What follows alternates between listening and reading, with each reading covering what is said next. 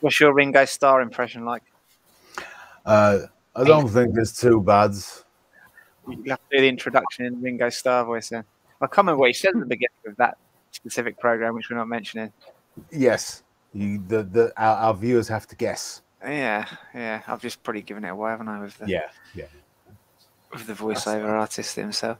Hello, everybody. How are we all? Good evening. Bonjour. Welcome to another action-packed edition of the Shelfside Spurs Show. With me tonight, I've got Rez. Hello, Rez. Hello. Back by popular demand, just by us lot, Jens. Yeah. Right, Jens, you're right. I'm all right. And the viewing millions. Back by unpopular demand, it's Gaza. You're right, Gaz. Good evening. And live all the way from Ireland, on an island somewhere in an island, it's Kev. All right, Kev? Yeah, evening. You got me on video and sight and sound. You had the whole lot, yeah? Yeah. He was threatened to wear a perm tonight as well, so we're quite disappointed there's no perm for Kev. Or a hard hat, either. Yeah, or a hard hat. It looks a bit like an older version of Walter White. Looking a bit like Victor Meldrew there, Kev, I think. Maybe. Yeah. So there's a few people watching. Hello, Brian. You're right there. Hello, Brian. See you tomorrow, Brian. See you tomorrow at the protest and afterwards. Alan says hello. Always just back from sunny Spain. Yeah. And I don't know who this clown is, but bonjour. No, oh, you're speaking to them, were you, Jens? Monge too, Rodders, Monge too. Monge too, Rodders, Rodney, Monge too. So regular viewers will know that we start each show with Spurs on this day in history. A couple of good ones. I say it every week, I know, but Spurs are full of good memories in their history. Yeah. Right, you ready? So the first one, England's striker. It's very pertinent, this one. England striker Martin Peters scored all 4 of Spurs' goals at Old Trafford in a 4-1 win over Man United. It was the club's first points in 10 trips to Old Trafford and a satisfying victory, even if it came against one of the weaker United teams of recent decades. Don't you worry about that. So 2008, we shoot forward to now. A frenetic North London derby ends 4-4 in the Emirates thanks to a last-gasp equaliser from Aaron Lennon. It was former Arsenal man Aaron Lennon. Does that mean Harry must have taken over? He was in the stands for that one, I think. Was he? It wasn't his first game. He was in the stands for that one. And then was in charge. Clive Vallen was in charge. It was former Arsenal man David Bentley who opened the scoring after 30 minutes with an audacious strike from distance. What a goal, yeah. The home side then fought back, scoring 3 unanswered goals against their rivals to move into a 3-1 lead before Darren Bent pulled one back. Twat that he is. Arsenal then recovered their 2-goal advantage only a minute later, leaving Spurs with it all to do. Spurs, however, scored 2 in the final minutes of the game to clinch an unlikely point. As first Jermaine Genius netted. I don't think the guy who wrote this book likes Jermaine Genius because it's quite a good goal, wasn't it? At first, that's what he gets. Jermaine Genius netted. It was a hell of a goal. Cut inside and curled it from his left foot from about 25 yards before Aaron Lennon struck an injury time in Harry Redknapp's first game in charge. Well, that was, wasn't it Modric who hit the post and so it came out to Lennon? Yeah, what a shot that was. Yeah, lovely. And then that geezer went on the pitch as well. Brilliant. Yeah, imagine leaving that game early. Loads left, didn't they? Loads did, didn't they? It was work for me. I was on a flight to Iran at the time. Were you? Yeah. Double bubble. Yeah. So Brian says hello, looking forward to seeing everyone tomorrow. Alan says hi, Kev, we'll join in a week or two. Do you know Alan then, do you, Kev? Yeah, vaguely, yeah. We're not vaguely. He's on Spurs community. Yeah. Okay. Yeah. Like and subscribe, fellas. Like and subscribe. Hit that little bell as well. It tells you when we go live. Yeah. I can't do it by myself. Just chilling. I'll tell everyone, Brian. I see you mentioned that. Go on. I was going to say you mentioned the first on this day. I didn't realise it was today about that Man United game. Yeah, that was the one I was at. That was 1972. I was there. 4 goals from Mike Peters. Excellent. 1972. I knew it was October, but I didn't know it was today. Yeah. Did you take the Stretford end, Kev, on your own? No, I was in the scoreboard end, as they called it in those days, and it was a bit messy. But I can imagine. Did I tell you I met Martin Peters about? I think I was at I was in the Bill Nicholson suite in about '97. I think it was Sheffield Wednesday game, and I was talking to Martin Peters, and everyone says to him, "It's what's it like to score a World Cup goal?" And I said, "I was there that day. I was there that day in 1970 when you scored all 4." And he just went, "Wow!" It sort of like blew him away because I was there and I remembered it. You know, when everyone else, I'm a World Cup winner, like, you know, it was a memorable occasion. Speaking of memorable occasions, Brian Daigle's nephews Isaac and Noah are watching our show, so that's a memorable occasion. Let's all say hello to Isaac and Noah. You're right, hello, Isaac and Noah. Hello, Noah. Come on, you Spurs. Hello. Yeah, come on, you Spurs. Have you converted them to Tottenham fans, Brian? I'm sure you have. Of course he has. Question. Of course he has. Yeah. Have they got Levy out banners? They in their crayons. They're writing Levy out on their school books. Getting into trouble. Yeah, on the desk with a compass. Yeah, Levy out. Oh dear. So we've got to talk about the first of the 2 games this week. I should put it on the ticker there. Let's bring it up actually. Let's give you a full disclosure on the full screen. There we go. Ticker there. Wet Spam 1, Damp Squid 0, as I've called it. Let's put the team along the ticker on the bottom there so you can refresh your memories as to who played. Same unchanged lineup from the game before. Where do we want to start? Let's go through the same structure we did the week before. I am with you guys. I'm just quickly double checking something at the same time. Carry on. Don't worry about me. Alan Harris is trying to wind Brian up. I think it's far too early to be that controversial, Alan. After reading the Spurs biography, and over time you'll find Levy is actually even a good owner. Our previous owners never had to match such big spenders. Be nice, because he says he wants to come on at some point. I suppose Hitler looks reasonable to Pol Pot, doesn't he?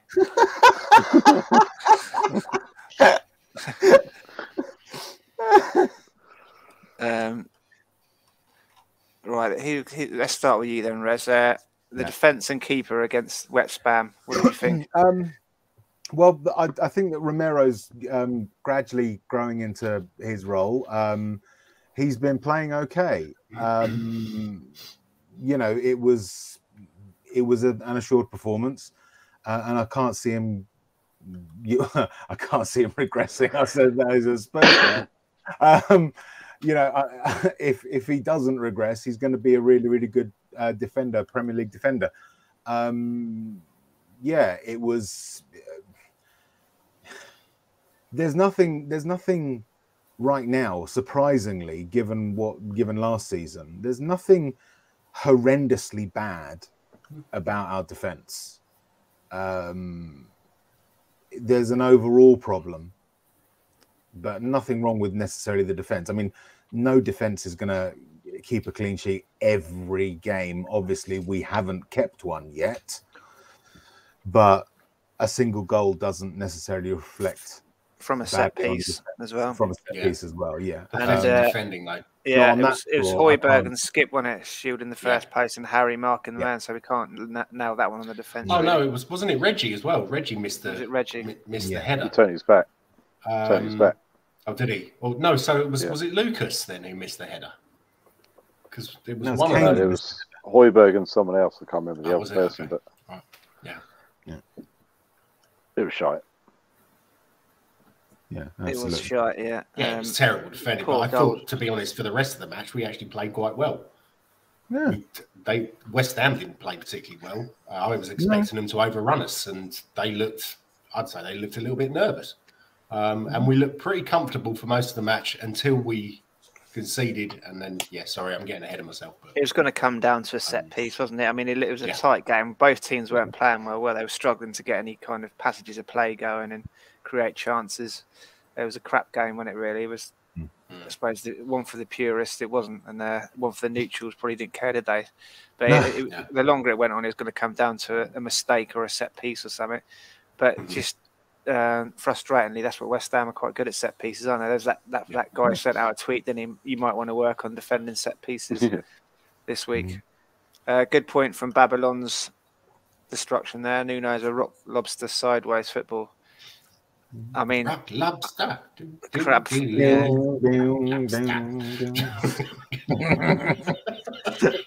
Alan says the second half not getting a shot on or off target. That was the third time this season as well, Alan, that happened. It's not good, is it? Yeah. Not good. Well, first half against Burnley, we didn't have one, did we? No, that's right. No. We went 90 minutes without a shot on target. Yeah. I think if The entertainers. I think if Sonny had squared that ball to Kane in the first half, it might have been a different game. Yeah. They couldn't pass, could they? The passing was absolutely atrocious. Yeah. But you know what? That actually, in a way, what you just said, Kev, actually makes it worse, because it's like we have to find an almost as just to excuse it. We've got it. All comes down to just a complete lack of movement. They're like statues. I don't know where I said it, but it was basically watching Spurs play nowadays is like a trip to Madame Tussauds. Yeah. Just stand around. There's a disconnect throughout the team. Just replying to Babylon's destruction. Ten Hag doesn't want to come. No. Ten Hag is very happy in Ajax. No, He's stated it many times in the press recently. He doesn't want to come to Tottenham. And there'll be other clubs. Sorry? There'll be other. Is that because Suze can hear you? wait till she leaves the room. She's been banished to the shed. So right. And there'll be other clubs that he will will garner far more interest from the likes of Ten Hag coming along shortly. No one wants to work. Already is. No one wants to work with leaving. No, of course not. Why would you? Exactly. Why would you? Exactly. You know? Hands are tied, don't they? Yeah. Got to work with no real budget that you're in control of, and kind of being told and coerced into playing people like Winks and Dele just for that. Getting overruled all the time. Eugene, by the way. Yep. Yeah. You got to sleep, Eugene. Dreaming. Do you know what? Even if that isn't true, even if he's not doing that, because he'd deny it if someone accused him of that, even if he's not doing that, there's so many other things that preclude any manager of worth their salt even considering the job. You know? Yeah. We would be right now, and I'm not disrespecting Brighton. I think they're playing really, really well. But right now, we would essentially be a step up for Graham Potter, right? Mm-hmm. Why would he come? Why would he come? There'll be other jobs. You know, I'm on it, mate. I'm on it. We've got our man in Holland. Down to Amsterdam. Yeah. You're only down the road, aren't you? Yeah. How far away are you? 15 minutes away, are you? Yeah. Awesome. We can have him in post by 2 o'clock tomorrow afternoon.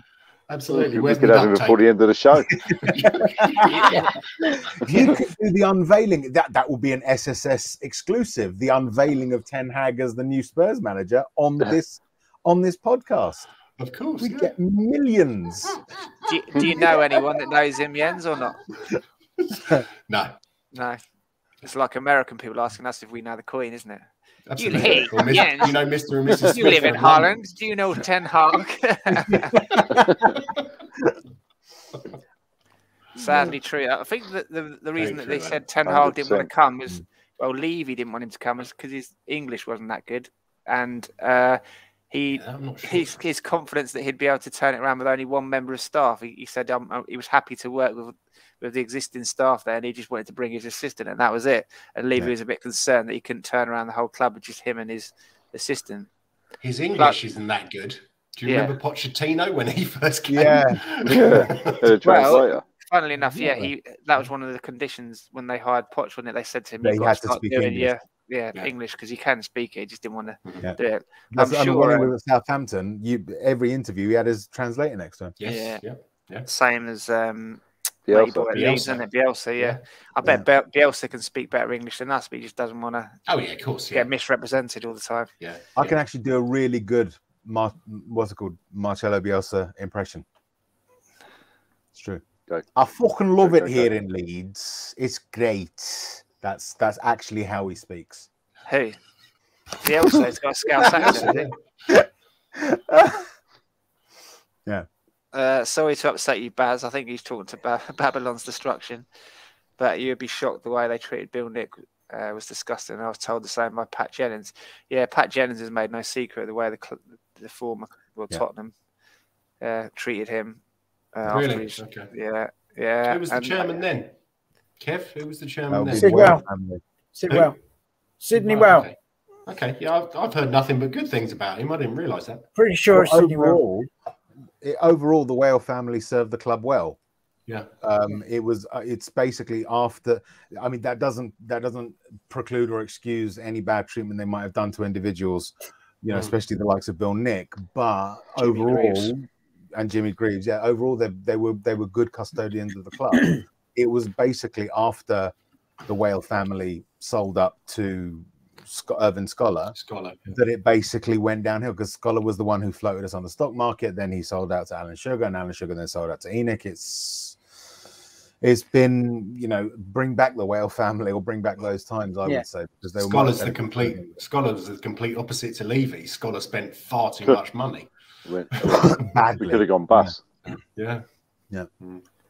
But the thing was, in a way, that they were.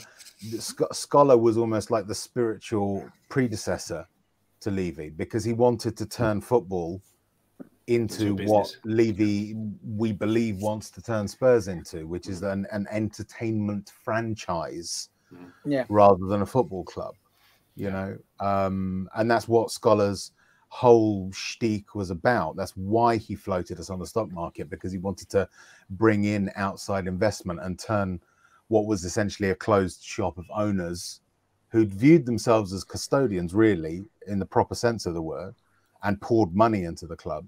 He wanted to change all that. He was just 30 years too early when he did it. There's individuals.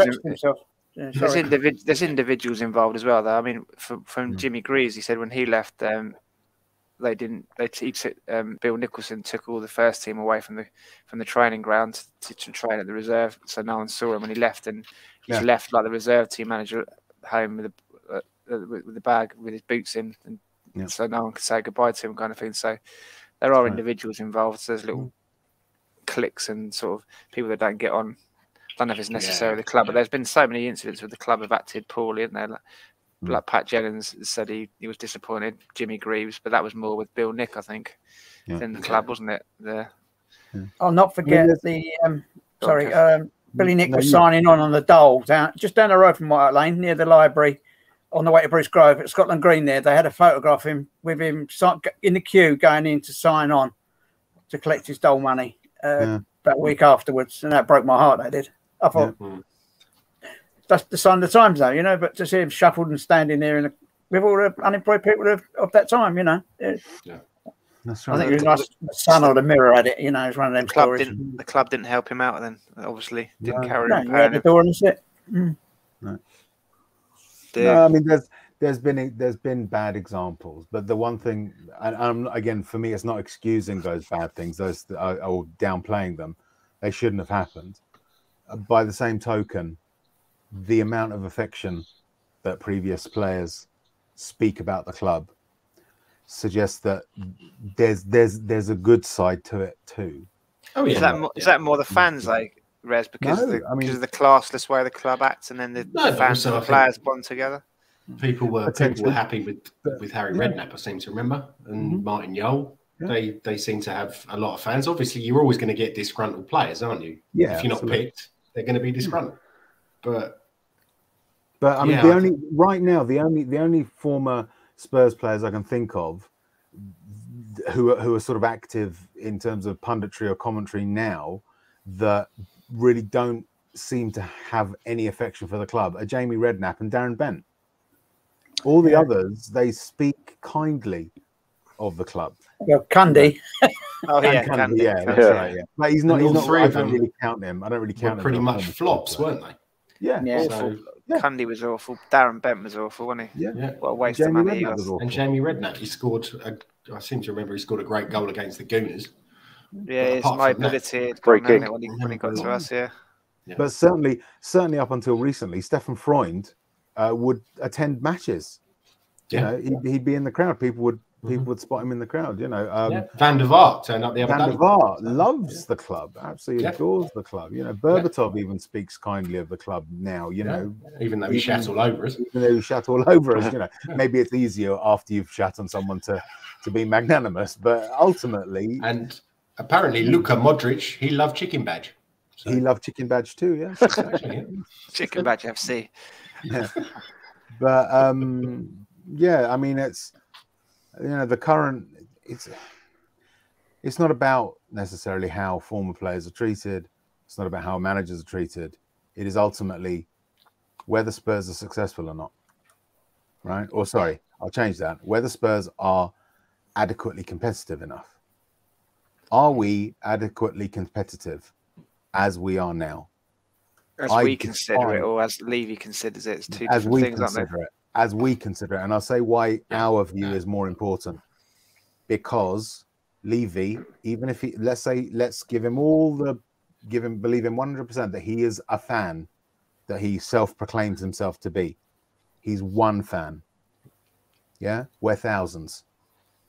Okay, he does not have any greater voice. In actual fact, he's got less of a voice, because, as I've been saying, football clubs are community assets. They belong to the supporters. They don't belong to the owners. Okay. I do not believe it is right that someone should have all the power and no accountability just because they spent 120 million. They didn't have to spend that money. The club would still have been there, right? We can't. We're not. It's not like a can of Coke that if you don't like it, you can switch to Pepsi. Yeah, we can't change our loyalties. Okay, we're not customers. We're supporters, and therefore he serves us. Yeah. Yeah, he serves us, and that relationship has to change. Yeah, it's not going to though, is it? I've got that down for your rant later. Actually, Rez, so great minds think alike. Renz, yeah, absolutely. Renzi. Yes. Hey, Renzi. It's like a mixture of the Fonzie and Rez. Yeah. Hey, Renzi. Now, anyway, we were talking about West Ham. Sorry about that. Babylon saw Daniel Levy shopping at Tesco the other day. Oh yes, did you now, Babs? Is this a tee up for a gag, Babs? Or yeah, I was going to say, wasn't that Gazza's one where he's shopping in the he's shopping at 7 o'clock at night in the bonus bucket or whatever? Oh yeah, the reduced style. Yeah, the reduced style. Yeah. And what happened, Babylon? Yeah, we're waiting. We're all waiting. Yeah, that's it. Maybe he's had keyboard failure. He's typing. Yeah. Here he comes. I was going to say, is he now banned from the stadium because he smacked him or laid the nut on him? To be honest, Alan, what you say there, yeah, we want trophies, but we want to see attractive football. No. Yeah. This is the sorry to talk over you, Jens, but yeah, you're absolutely right. But the other thing is that this is the Levy lovers' stick, right? They talk about trophies. We're not talking about trophies. We're talking about being competitive. Okay, Spurs up until Enoch took over. Well, and for that short period in the 90s before they took over, we were we were always in the mix. Okay, we were always spoken of as potentials. Yeah, we're no longer spoken like that. The tag. You should have used the baguette, mate. Can we just establish whether it was a donut you threw or you're referring to Levy as the donut? The donut hit his wife.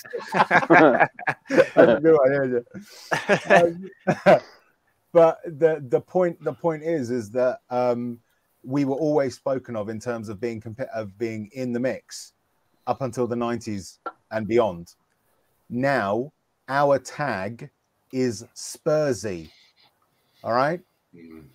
Answer that one. Okay. Explain that one. Justify Levy's position for getting us that tag.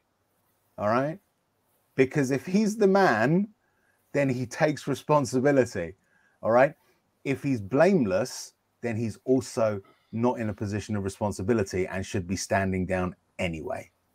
All right. Was it you that put on our group the other day, Rez? We're more like a property investment company with a star football team. No, I think that could have been Kev. Actually, was that you, Kev?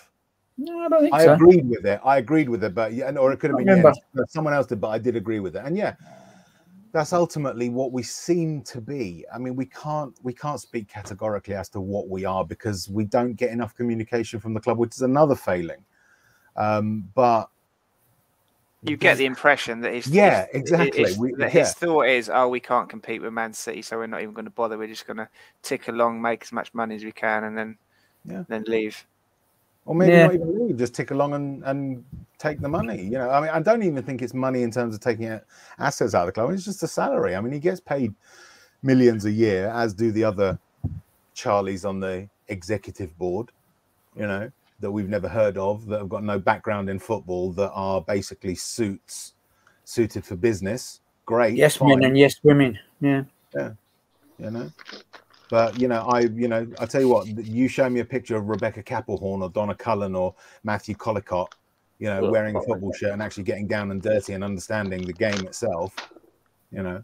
Show me their fandom. Yeah, show me the fandom. They say they're fans, you know.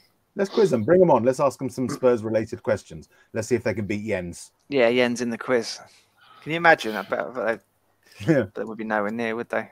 They'd be nowhere near. You know. And that's good, not because Jens is good. They probably have Paul Allen and Graham Roberts and all that lot stood next to him saying, whispering answers. Absolutely. So back to the West Ham game then, guys. Yep. It was dire, wasn't it? Gaz, what did you think of that, the overall West Ham performance? Another London derby defeat. Don't know. It's I don't know, it's strange. I can't. It just doesn't seem. I don't think the manager's inspiring the players. I think they're reflecting his kind of demeanour. If you think maybe, you know, when Mourinho lost the dressing room is when he was starting to dig out your Winkses and your Delis and people like that and leaving them out of the squad.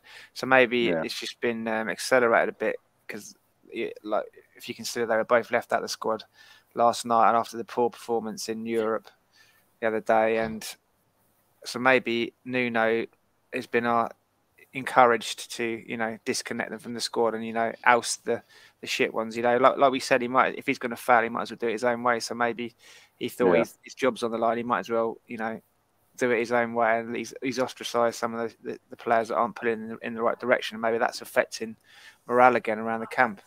Yeah, it's quite possible. Very possible. It just seems to have happened so quick, though. I mean, what were we, 8 games into the Premier League season, plus a few other cup games? Pretty quick. No. And we've got an international break coming up again, so... Yeah. Is that after the United game? No, we got Everton, I think, and then... Okay. Good God. And then it's the break, so we all know what happens. So, Kev, what did you make of Tanguy against West Ham after his good showing against Newcastle? It's fantastic to look at. It's a thoroughbred, but the end product sometimes, he scored that cracker of a goal, but sometimes when he has an easy ball to lay on and he seems to turn into trouble, or he just can't penetrate the defence, he can't split the defence. Maybe that's because the people in front of him are not working properly and not making runs. I don't know. It's just not producing as much as I hope it would. You know, I get very disappointed. He does the great stuff, but the simple stuff, tapping the ball in the back of the net, ain't happening for me. One of the pundits, I can't remember which channel it was on, said that West Ham's tactics seem to be to starve us of space in number 10. So I guess they're trying to snuff Tanguy and Lucas out, weren't they, in that little hole in front of their defence there, and we obviously it forced us wide, and we didn't have the quality to deliver good crosses. Did we? Reggie and the Royale finally last night put in a good cross, didn't he? Like he seems hesitant to cross it, but last night he put in a couple of good ones, didn't he?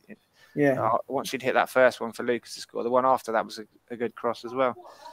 I wasn't disappointed with the game. I'm disappointed we lost, but it wasn't anything I expected. I didn't expect us to win or even get a draw. I'd anticipated us losing by the odd goal. I just felt it before the game even started, you know. Yeah, West Ham. I thought we might nick it. I have to say, before the game, I thought we were going to lose, but during the game, I quite fancied us to win it. As I said, they weren't playing particularly well. We weren't playing particularly well, so it was. Well, I thought we played all right, but then again, I'm always optimistic. Well, like Chelsea, though, isn't it? First half against Chelsea was the same. I thought we're in this. We're going toe to toe with them, you know. Yeah. 3-0 down against Arsenal. We decided we're going to start playing. So. Yeah, doing well, aren't we? Yeah. Got a question for the panel for Cody Mack here. So once you've digested the question, go around the panel with your one-word answer. Are you ready, boys? How would you describe Nuno in one word? Damp, cold, mossy. Hope you're all well. We're okay.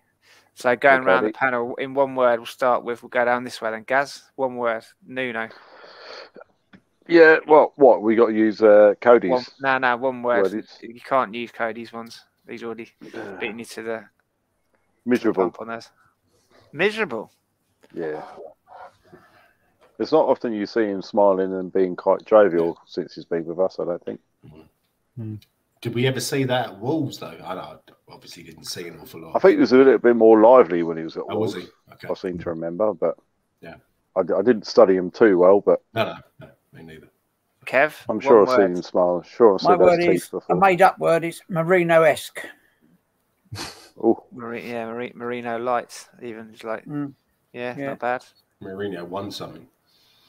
Yenzi McGenzie. Overwhelmed. Well, by the whole project. Yeah, he's out of his depth. Overwhelmed. He had to take the job though, didn't he? For the money. He'll get sacked and get a payoff, won't he? So financially, I reckon he'll be here till the end of the season. If Levy is clever, then he will be scoping out someone else, but he probably isn't because he's probably trying to arrange more. Maybe they're going to bring Tiffany and Debbie Gibson back to do a concert at the delay. That's some names from the past. Yeah, absolutely. What Alan's put is what another word Older used as well. Yeah, lost is a very good way of putting it. I just don't think he cares either way. He knows he's on a hiding to nothing, so he's just going through the motions until his time with us is an end. I get the impression he's been told he's a stopgap manager until Pochettino or Gallardi or whoever his name is available. He knows very, very well that he's not going to be here that long. He's just a stopgap, temporary manager. Pochettino apparently is falling out with players in Paris. Well, he didn't want to stay. Really? He didn't want to stay, but he couldn't come out and say because he used to play for Paris. I want to leave and manage Tottenham. So he's kind of got to engineer his way out of there, hasn't he? Really? Do you think what's the point in coming back though if Levy's still here? Yes, he's never going to get points. It doesn't make any sense. Nothing's going to change. Yeah, never going to be able to take it to the next level. Maybe his leverage is gone if he's not at PSG. If he's not in a job, all the leverage he had over Levy to say, "I'm going to, all right, I'll leave PSG, I'll come back if you give me these guarantees and da da da da." If he gets sacked, Levy will think he'd get him back on the cheap, but he won't have to give him any of those guarantees. But Newcastle would snap him up, or United would snap him up. That's one thing that might work in our favour, Kev. You remember when he sacked Pochettino? It was when Arsenal was sniffing around Mourinho, wasn't it? And he thought he had to act quickly while the iron was hot before Arsenal got Mourinho. So you might think, if Man United are sniffing round Conte or Poch, he might have to act fast and sack Nuno and make contact. The difference merry-go-round never stops, does it? The difference is that if sacking Nuno now, in contrast to when he sacked Pochettino, would lead to enormous loss of face. He would be humiliated because it would demonstrate that he has no clue to the wider footballing world. I mean, Paratici, can't he, Rez, and say, "Oh, that's Paratici's choice. I didn't want him." No, that's his full guy. But then the automatic response to that is, but who hired Paratici, Mr. Levy? Why did you not do your due diligence? Why did you, if you had to be convinced about Nuno, why is the setup such that your director of football has to get your approval of the manager? Why didn't you appoint someone who was already aligned with your way of thinking? Read that DNA statement. Why did you not continue with the list that Steve Hitchen provided you, which was populated by possession-based, attacking, free-flowing managers? and suddenly threw the whole process out of the window because you happen to hire Paratici. Why hire Paratici halfway through the managerial search process? You know, all of these things point to incompetence. That's the point. It's not a question of whether or not thing, and he will not allow himself to be put in that position. They will ask. You're right, Kev. Yeah, just itchy coccyx. Oh, okay. Ooh. Yeah. Get yourself a pillow, mate. Get yourself a pillow. Yeah. Get yourself some cream. Yeah, absolutely. Yeah. If I was to, just to go back to Cody's thing, the word that I would use to describe Nuno is pointless. That's a bit harsh. No, he's pointless. He serves no purpose for us as a club. He's pointless.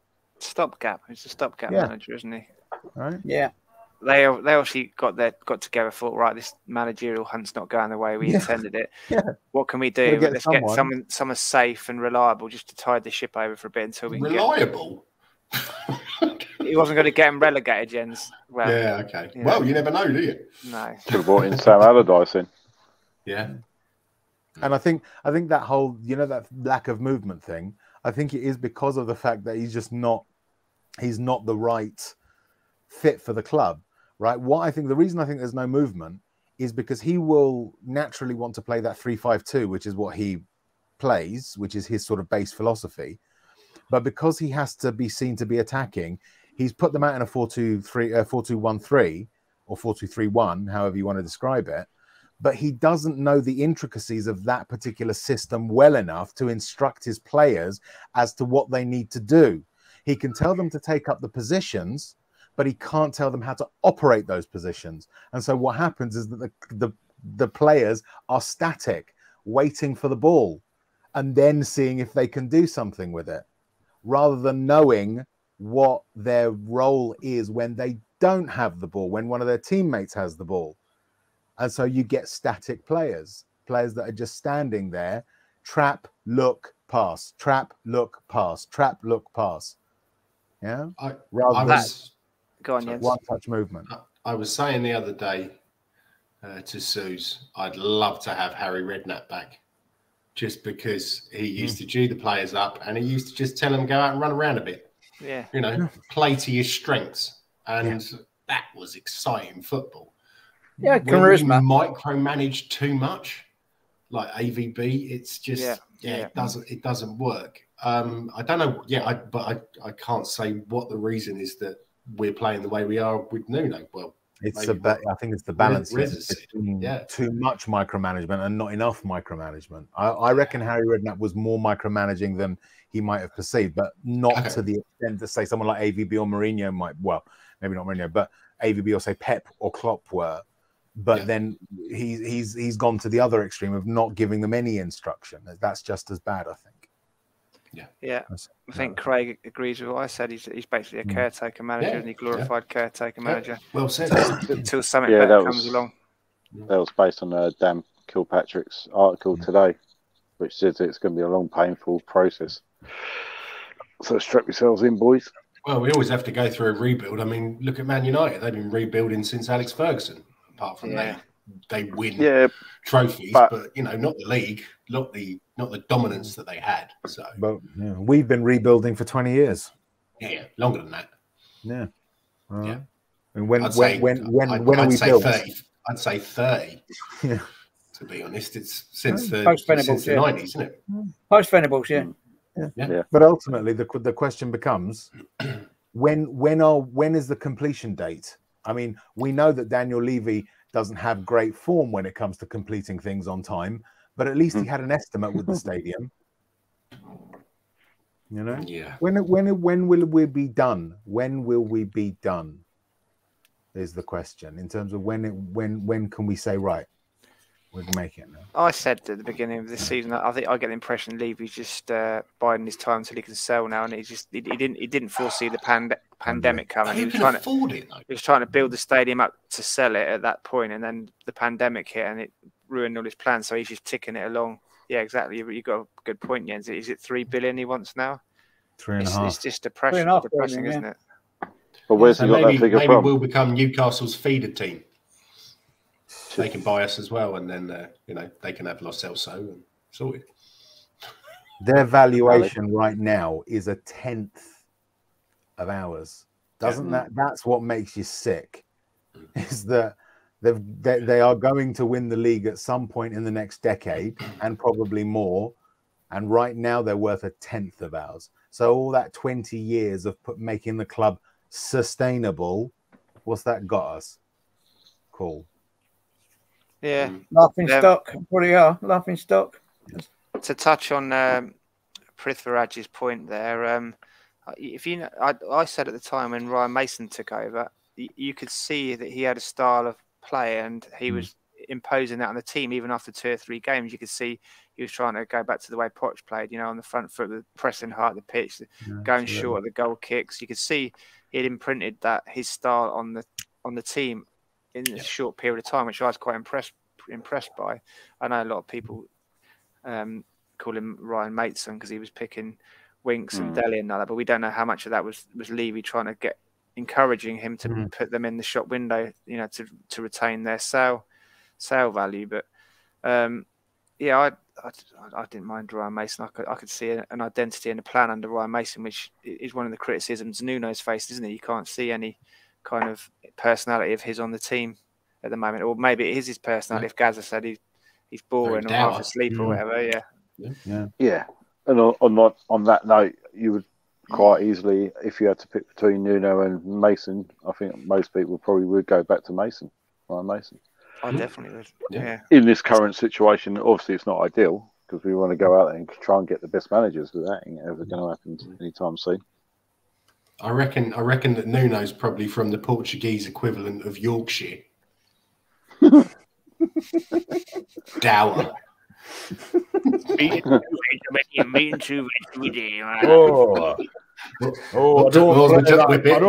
that fancy stuff. No, got out there and kick the opposition about a bit. Go on. And then come back here and we'll have a nice brew. Lovely. Take the boots off, stamp on the mat, say, by Ekmart's Parky. Yeah. Let's go back to Cody Mack's point here about getting 3 at the back. I mean, I agree. In my teams that I run, I always like to go 3 at the back. A lot of people see it as a defensive formation, but it really isn't. If you've got attacking wing backs, you can get 3 men in midfield, which so you can overload in midfield, and you can get 2 up front as well. You get 2 men up front. So, and that's what you did at Wolves as well. Not many systems you can play where you can get 2 up front. The old 4-4-2 days are gone. So if you want to play 2 up front and with really attacking wing backs, it can be a really attacking formation. You just need quick centre backs, basically, which I don't think we've really got at the moment. Basically, centre backs that can play full back as well, because they have to cover wide areas. Romero could do it. I think Rodon could probably do it. Tanganga could do it. Rodon probably could. Yeah. Sanchez is quick, but just brain dead. Nervous. Was it that nervous wreck of a footballer, isn't he? He's a nervous wreck of a footballer. Yeah, we were talking about that the other day. Maybe he needs to take the Prozac. Listen, if Nuno's, I mean, you've said it, Johnny. Loads of people have said it. It's so obvious. If he's going to fail, at least let him fail on his own terms. Yeah, do it on your own terms. Yeah. Right. But you know what? You'd have another section of our lot screaming, "Oh, he's not playing entertaining football." Well, to be fair, he's not playing entertaining football. He's not. No. There's no difference, is there? Yeah. Just it's. I've spent the last week in just a state of such despair because it's so much worse than we think. We can't get rid of him. It's not even a case of we should get rid of him. We can't. There's no one to replace him. There's no one to replace him who would want that we would feel would be adequate, who would want to come. And therefore that leaves those people that are inadequate to the job. Who's available right now? Steve Bruce. This is the thing. A lot of people felt sympathy for him because of the way that Newcastle fans treated him. But a number of Newcastle fans I saw, they raised a really good point. Steve Bruce is known to be really disloyal and to move from club to club. He doesn't mind working for rivals, does he? And doesn't mind working for rivals. I think managers are more sensitive to that sort of thing now. And who is there out there who's failing with a is a high profile manager who just happens to be failing? Nobody. I reckon not failing. Conte's not working, but we're not going for him apparently. Nagelsmann's doing fine at Bayern. There's very few in the upper echelons that we can approach. Had their biggest defeat in about 40 years the other night, didn't they? Yeah, maybe. Beat 5-0.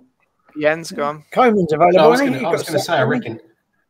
Who? Koeman. Yeah, Sorry, Koeman got sacked, didn't he? Yeah. Do we want Ronald Koeman? Yeah, he was sacked, I think. Yeah, but do we want him? No, he's not. No, we don't want him now. Just that. No, that's the thing. Just a quick one before I come to Jens. Babylon, you're going to get us suspended by YouTube here for product placement. That's about the third mention of Tesco's, isn't it? Do you work for Tesco's? You're just trying to get Tesco's name out there on the YouTube community.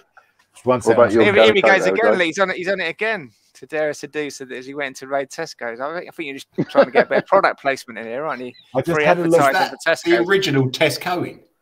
I just had a look. Apparently, other shops are available. Sainsbury's, Waitrose, Marks and Spencer. I just had a look at Tesco's board of directors. Apparently, their marketing director is a guy called Mr. Brian Abilon's Destruction. Is that Mr. Daigle's pseudonym?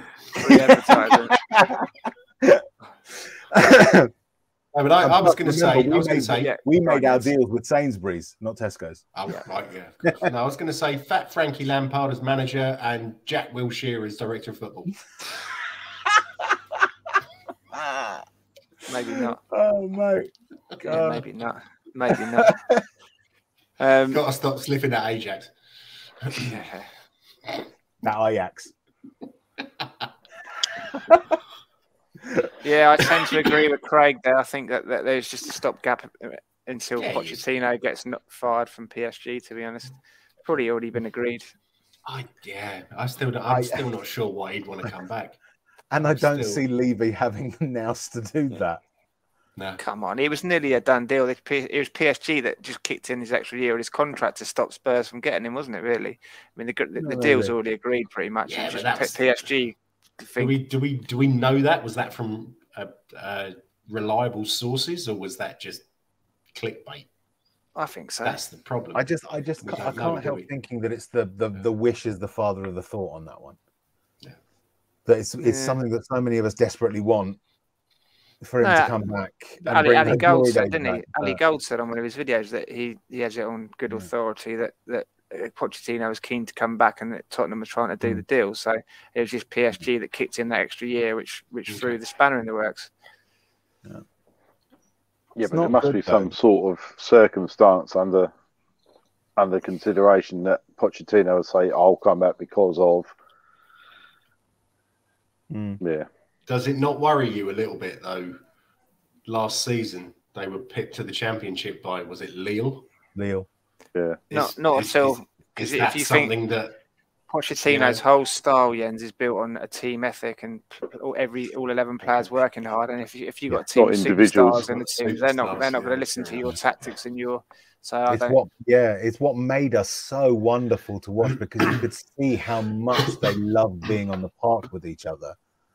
So he has to compromise his ideas a little bit, I think, for your Messis and your Mbappes and stuff, because they're not going to follow your instructions, are they? Which is as Ole's finding out at Man United at the moment. Just the introduction of Ronaldo has completely fucked his whole team ethos and ethic, hasn't it? Really, which calls into question Kane's future if Pochettino does come back. Yeah, because he's a superstar now. And he's demonstrated the same sort of ego as your Messis and your Mbappes and your Ronaldos. So will Kane have the same relationship with Poch that he had when he was a young, hungry? Will he be able to put in the hard yards as a 30-year-old when Pochettino does get back? That's where we're bringing on Parrott, bringing on Scarlett, that new kid Donnelly as well. He's knocking them in massively for the under-16s. I know it's the under-16s, but I think we've got some good players coming through, and we have supposedly one of the best youth training facilities in the Premiership, and this is why we need to start using them more. I'd love to see us go back to I know Arneson's name is mud with most people. I still love the guy, obviously, but go back to what Arneson used to do: buy a shed load of young players for not a lot of money. Some of them work out, some of them don't. That led to the Yole years where we had, some decent players. I mean, picking up Aaron Lennon for $1 million. I know a lot of people say he didn't have any end product, he didn't have this, that, and the other, but he got bums off seats and he scored an awful lot of important goals.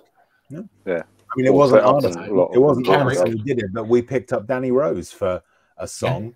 Yeah, for $1 million as well. And he was, for a period, the best left back in the Premier League. Yes, yeah. Him and Carl Walker, that was a pleasure to watch. Was it 2016, 2017? When we were unbeaten at the Lane, that season was just. You used to walk up to the ground knowing you were going to win, didn't you? We knew we were going to win. Yeah. And not only living in the Netherlands, so I used to walk up. I used to walk down to the living room, and know we were going to win. But did you used to put your jacket? Did you used to put that? I was gliding. Jacket on. Orange jacket. I was gliding. Halfway down the stairs. Hang on a minute. Get on me! He's going to put it on. He's going to get the coat. I thought he was going to show us his bum or something. You used to be able to spot Jens in the Park Lane because everyone else would be wearing like Tottenham replica white and blue, and then Jens would have that jacket on. There it is. Spot him a mile off because there it is. You could spot him a mile off because he towered over the clouds. Yeah, 6'9" as well. The beige thing confirmed your suspicions. This is the third one. Is it a lucky jacket or is it particularly warm? No, it's just I like the style of it, and it's nice and warm. Yeah. It's a bit short now. It doesn't. What, have you been growing more? Sorry, you've been growing more. You're tall enough. No, I've got a longer jacket, which is nice because it goes over the Aris. But this is the third one that I've had. They're exactly the same style. I bought 3 of them. Did the other 2 get lost by any chance in drunken incidences? No. They both got worn out, and I gave them to my dad, and I think he still got them. What is there an equivalent of a tight bastard in Danish? Is there? Have they got a word for it? You should see the amount of jackets and tops that my dad has. He doesn't have to buy any clothes because I hand them all down to him. It's the other way around. Alan, to answer Alan's question, Jens will be sat in Holland. Holland, yeah. Kev will be sat in Ireland. I think I'm going to a pantomime, so I think I'm going to miss it. Right. Me and Gazza will be in the south stand, row 13. And Rez is with the prawn sandwich brigade, aren't you, in the west? West stand. Although the one thing I do like my seat. There is a reason for liking my seat. It's in one of the bigger gangways. Kev is distraught by how it comes, Rez, and another story. So I can stretch out. You're right, Kev. It's going to be a long story. Boy, you can talk.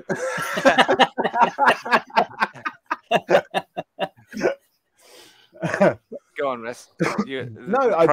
Pros of your chair. No. The only issue with the sort of good thing about my seat is that it's on one of the sort of wide gangways, which is one of the sort of emergency ones, so I can stretch out my legs when I'm watching. So yeah, that's the only thing. My brother used to my brother used to have a season ticket in the North Stand, and about the first 6 months of the stadium, he didn't see a single goal, did he, Gaz? All the goals are down the south end, and he didn't see a single goal. And he had the crossbar in his line of view as well. He couldn't see anything. Remember, Alan, you're not allowed to swear. It's the family stand. I don't know. Is it still the family? Yeah, it is still the family stand. Yeah, because they put the family stand next to the away fans, which is really clever. Yeah, interesting, wasn't it? Maybe it's trying to stop them from coining people. Yeah, I'm sure they'll tut at them. Yeah, I'm sure the Leeds fans will still coin the children, won't they? We're going to nick your sweets and lollipops. Arsene Wenger's coming, is he? No, really. Oh, have we done the West Ham game to death then, have we? Yeah, I think so. Yeah. Let's I didn't think the midfield was that bad. The attackers were awful. Just had a poor day, didn't I? To be fair to Harry, he didn't go missing though. He wasn't having a good game, and again last night he didn't have a good game. But I didn't think he went missing. He carried on trying to get involved and trying to turn his own luck around, which I do like. And then he's getting stick on Twitter, obviously, but that's what people do on Twitter, and just give people stick. So let's move on to the second game of the week, the Burnley game last night, and let's put the team across the ticker. A few changes to this one, wasn't there? Wednesday, sorry, disclaimer. Wednesday, yeah. Go on then, Gaz. I didn't watch it. Okay. Let's take You this didn't miss out. much. Were you boys on it, Gaz? No, I was watching paint dry. What did Rez lend you his can of Dulux? Yeah, we share it now. Yeah. You're sniffing it now as well, yeah? He gets it weekend. Yeah, I take the first half, Gaz takes the second. Yeah. I'll pass it on this Saturday. It's cheaper that way, you know. Two can watch for the price of one, you know. That's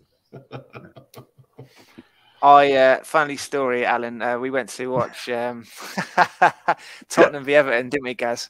And we were in a box, Alan. Our mate used to do some printing for Tottenham, and as a favour, because I think we had 2 spare places. So there's this people that used to work at our mate Brian's friends. He used to work at the club, Terry and Jean, wasn't it, Gaz? And so Brian invited, Terry and Jean, that's how we remember them. They were together as well. They were together, yeah. So Brian, as a treat, because they were his contact, his liaison at the club, he invited him into our box for the game, and I got reported for swearing, and I guess effing and Jeff, and I was effing and Jeffing during the game, and I was told I wasn't welcome back again because I was too much wasn't even effing that bad. Jeffing. It wasn't even that bad, no. It was it was aimed at the referee. If you can't call the referee name, you know, and I was told that language isn't acceptable in a corporate box. I don't think you got the C-bomb, did you? I don't remember. I probably did. Yeah, I think I did.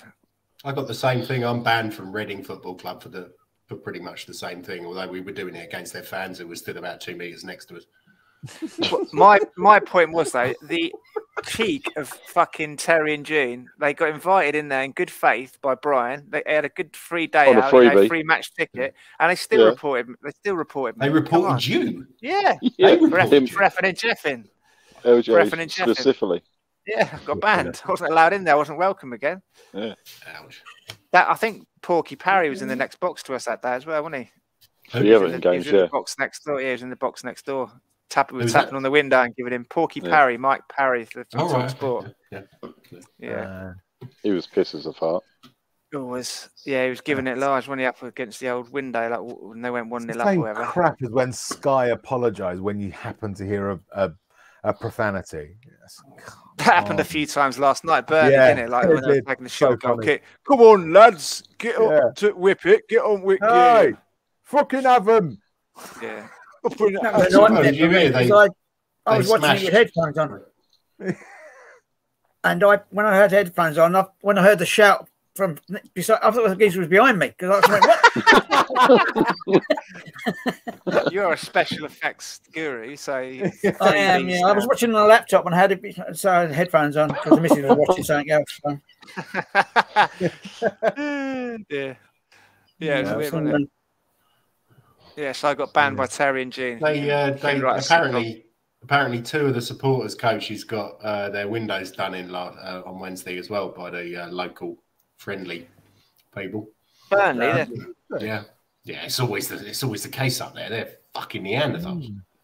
There wasn't very many there. They might have run out of Benedictine and were just going around in a daze. No, buck fast. No, funnily enough, I know what you're saying, but weirdly enough, Burnley consume more Benedictine than anywhere in the world. Apparently, there's this thing that they have a thing for Benedictine for some reason. What's Benedictine? And heroin. And heroin, yes. That's right. Yes, it's a good cocktail, actually. Benedictine. It sounds just a cheap date because you drink That's what I'm drinking at the moment, mate. Yeah. Can I have a Benedictine and heroin, please? Make it snappy, young man. Yeah, don't put a fucking cherry in it neither. I don't want no fucking down-trotter umbrellas. Aye, do I look like some southern puff, you bastard? Fuck off. My apologies to Lancashire. Nah, fuck them. I'm sorry. Right. So yeah, back to the game itself. We'll leave the fans out of it. Back to the game itself. I'll put the line up along the bottom there. I thought Galini did all right, to be fair. Didn't put a foot wrong, did he? His distribution, his handling was good. Ben Davies, don't even fucking get me started. I think he thought he was playing rugby. Every time he got the ball, it was backwards or sideways, passing the ball backwards. This is turning into a vendetta, mate. He was solid. He was solid. Didn't make any mistakes. He was not. Jens said, to be fair to him, he did try and move the ball forward a few times. I said, yeah, he kept giving the ball away when he hit it forward. We're always going to disagree on this. And he tried going on a run, Jens. The ball was played out to him in acres of space, and he overran the ball and then just booted it. It's just bloody awful, mate. I think we've got a new section, Johnny's rant. Johnny's Davis loving.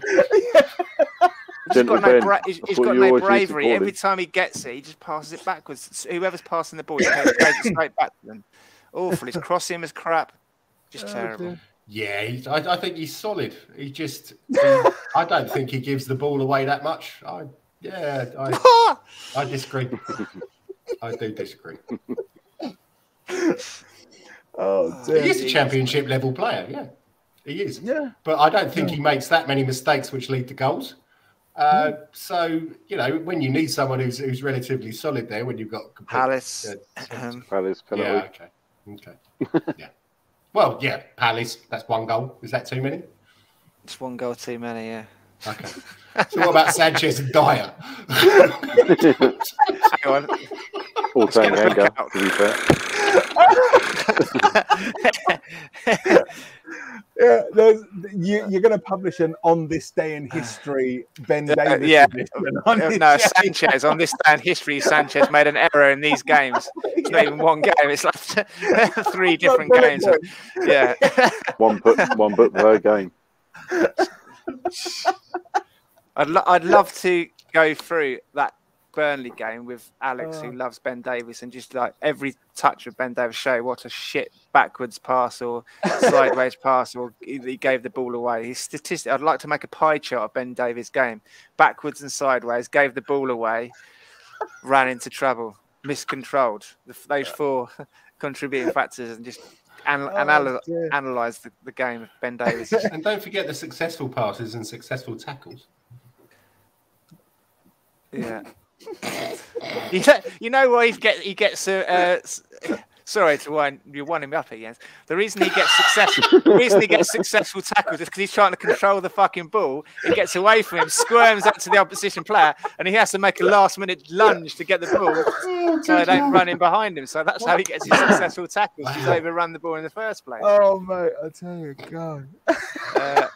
No, this is definitely a future section. This is definitely a future section.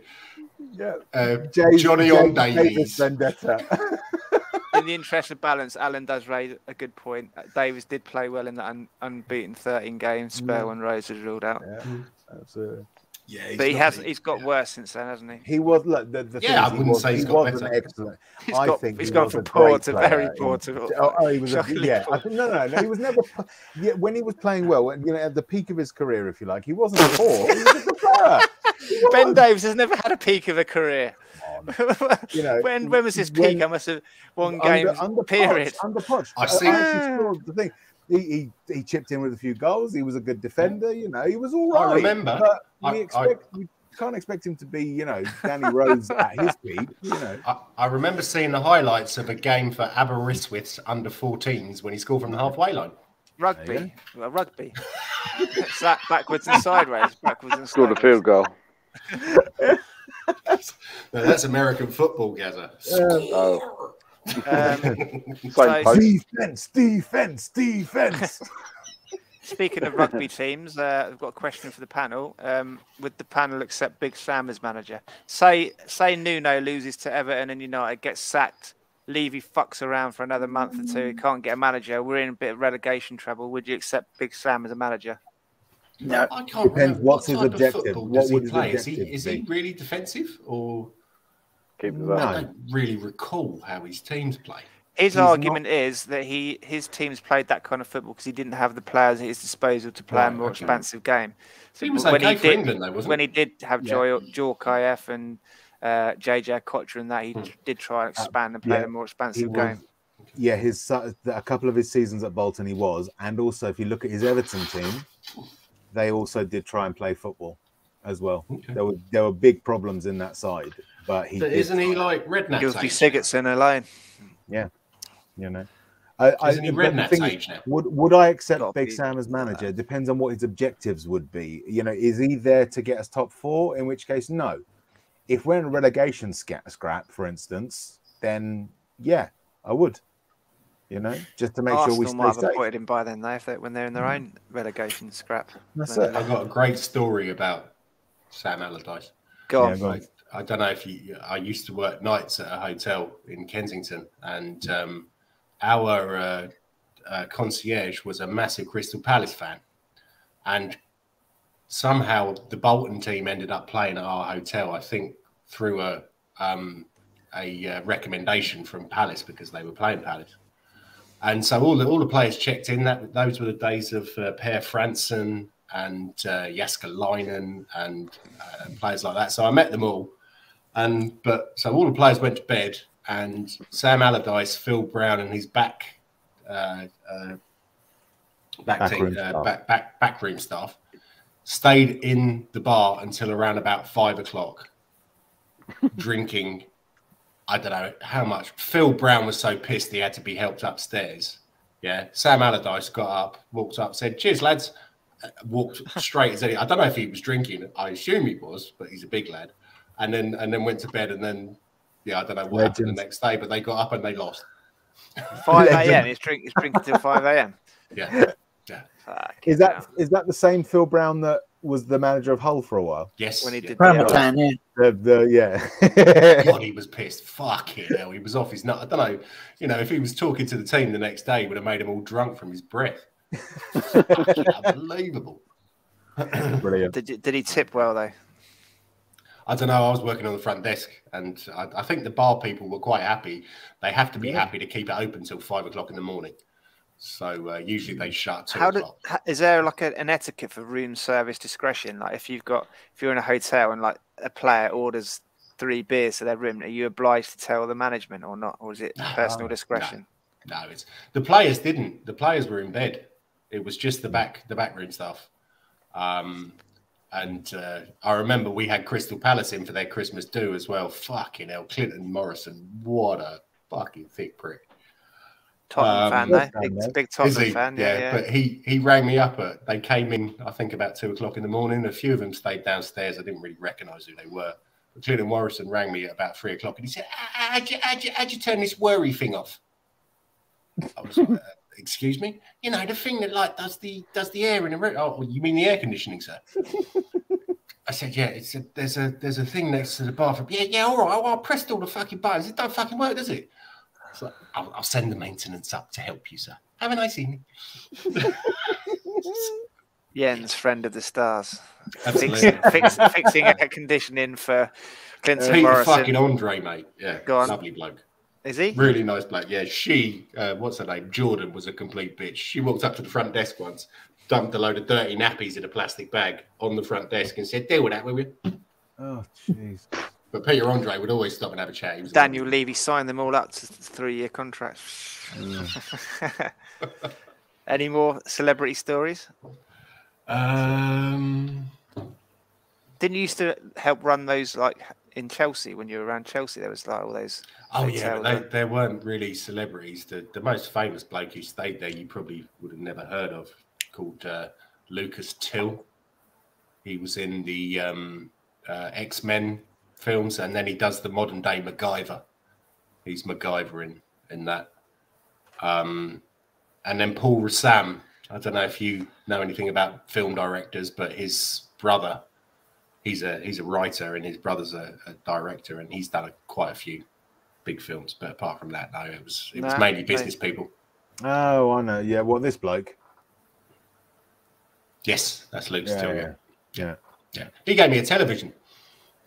He bought a television especially for the stay. He was there for, I think, a month. And then when I went down to check the room, his girlfriend was still there, or whoever he was with at the time. And she said, "Oh, yeah, Lucas said, thank you very much for your help. And would you like a television?" I said, "Well, no, I can't really take that." And she said, "Well, in that case, we have to throw it out." And I said, "Well, oh, fuck it, you're right." Don't tell my employers. Well, they can't sack you now, can they? Because you don't work for them anymore. I got tipped $120 by Evander Holyfield's minder once. Why? Was that because you were going to smack him in the nose? No. No, I used to work in this nightclub at Mayfair, and I was the VIP section waiter. And he came in one night. I don't know why, because it wasn't a particularly famous club. It was off the corner out of nowhere.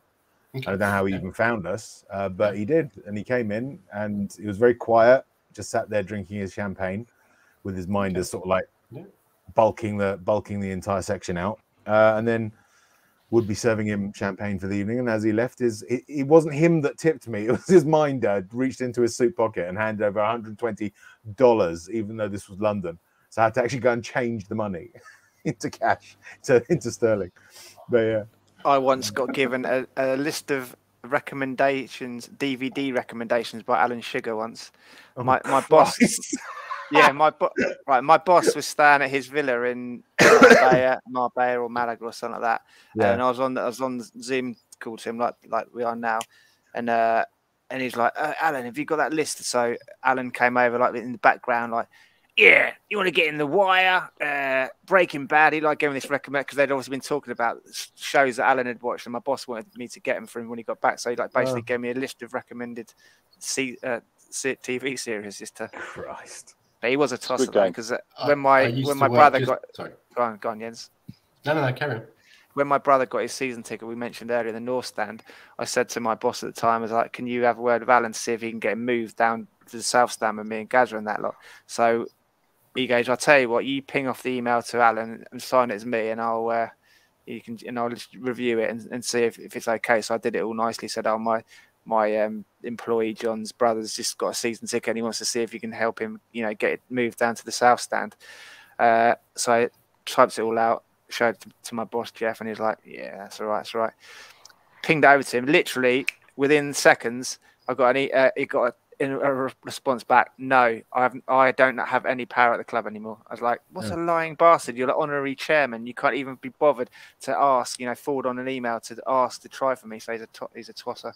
So I spend my life bad mouthing Alan Sugar wherever I can now. Rightly so. He's a dick. He is a dick. You're fired. Yeah, and they had him on the other day, didn't they? I'm sorry, Lord Sugar. You're a dick. Yeah, and they had him on the other day. They got him on to try and who was he going after? Don't worry, it's not Ben Davis. I'm getting worked up here.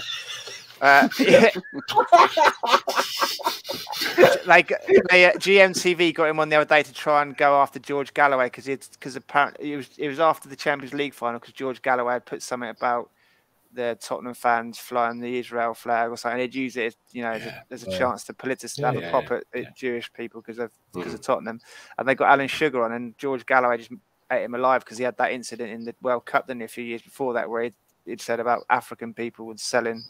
It was like the Cameroon team photo, and Alan Sugar retweeted it. "Oh, they look like the guys trying to sell me watches on the beach at Ibiza or something like that, didn't he?" And he's like, "You're getting Alan Sugar on to try and lecture me about Carlos kickable." Yeah. He's an idiot. Mm-hmm. I don't know how. I'd like to see the stream of consciousness of this podcast. How we managed to get onto all these weird stories. Ben Davis. Ben Davis. Ben Davis leads to. Went a little bit off on a tangent there. Yeah, so you were going to tell another story before I told the Alan Sugar one. I used to work just across the road from Tramps on German Street. Chris Tramps. No, yeah. all right, lads. No, but it was quite famous back in the 60s or 70s. I think Michael Caine used to go there and a lot of the Rolling Stones and stuff like that. But when I was working there, on some nights I'd see on a Saturday night I'd see a car parked on our driveway, and I'd say to the concierge, "Whose car is that?" And it was that French twat who used to play for Arsenal.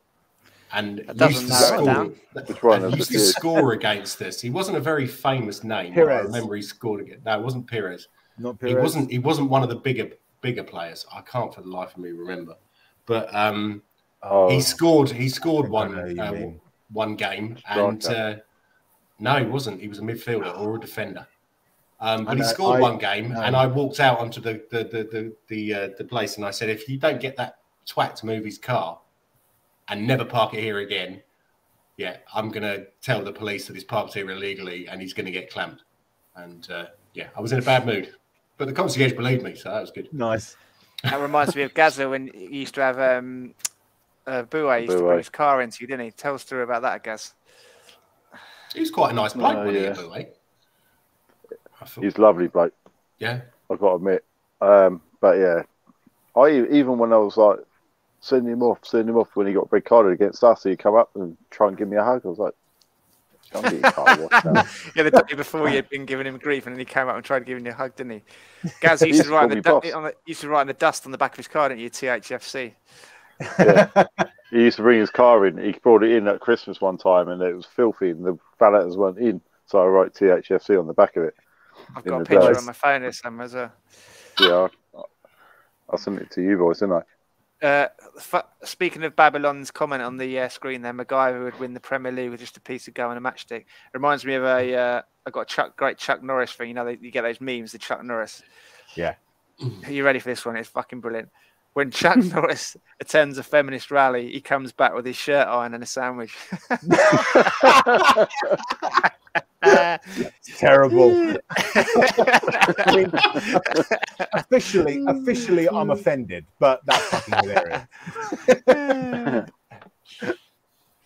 No. Brilliant. Ray Clements and a few others to Chuck Norris's sexism. Brilliant. Yeah. Brilliant. Seamless link. Ray Clements and a few others. Gazza walked past me and went in my cab, blubbering over my mic. Who's your mic? Is that if you got a pet nickname for your penis or something? Who's blubbering over my mic? Looking at you.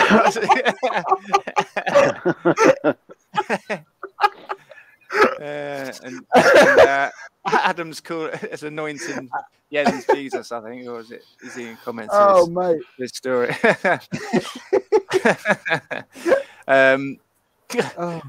Just so you're aware, Alan is a cab driver. Mini cab driver, yeah. Blubbering over his mic.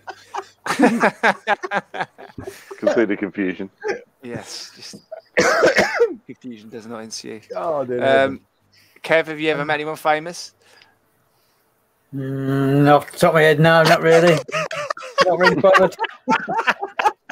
I was expecting to just go, no. I stood next to Tom McAllister having a splash in the bricklayers once. Next to Rana, was that any good? Pat Jennings. Oh, man. I met Pat Jennings, yeah. I waved the Queen. I give her a wave when she was driving. Well, she wasn't driving. She was in the back of a Rolls Royce going along the Strand one day. It was a 1977 Silver Jubilee year. Oh, I was working on the buses, and I knew she was due to be opening up the opera along the Strand at 8 o'clock, and I knew she'd be coming along. So I stopped the bus and stood at the bus, and all the passengers kept saying, "What are you waiting for?"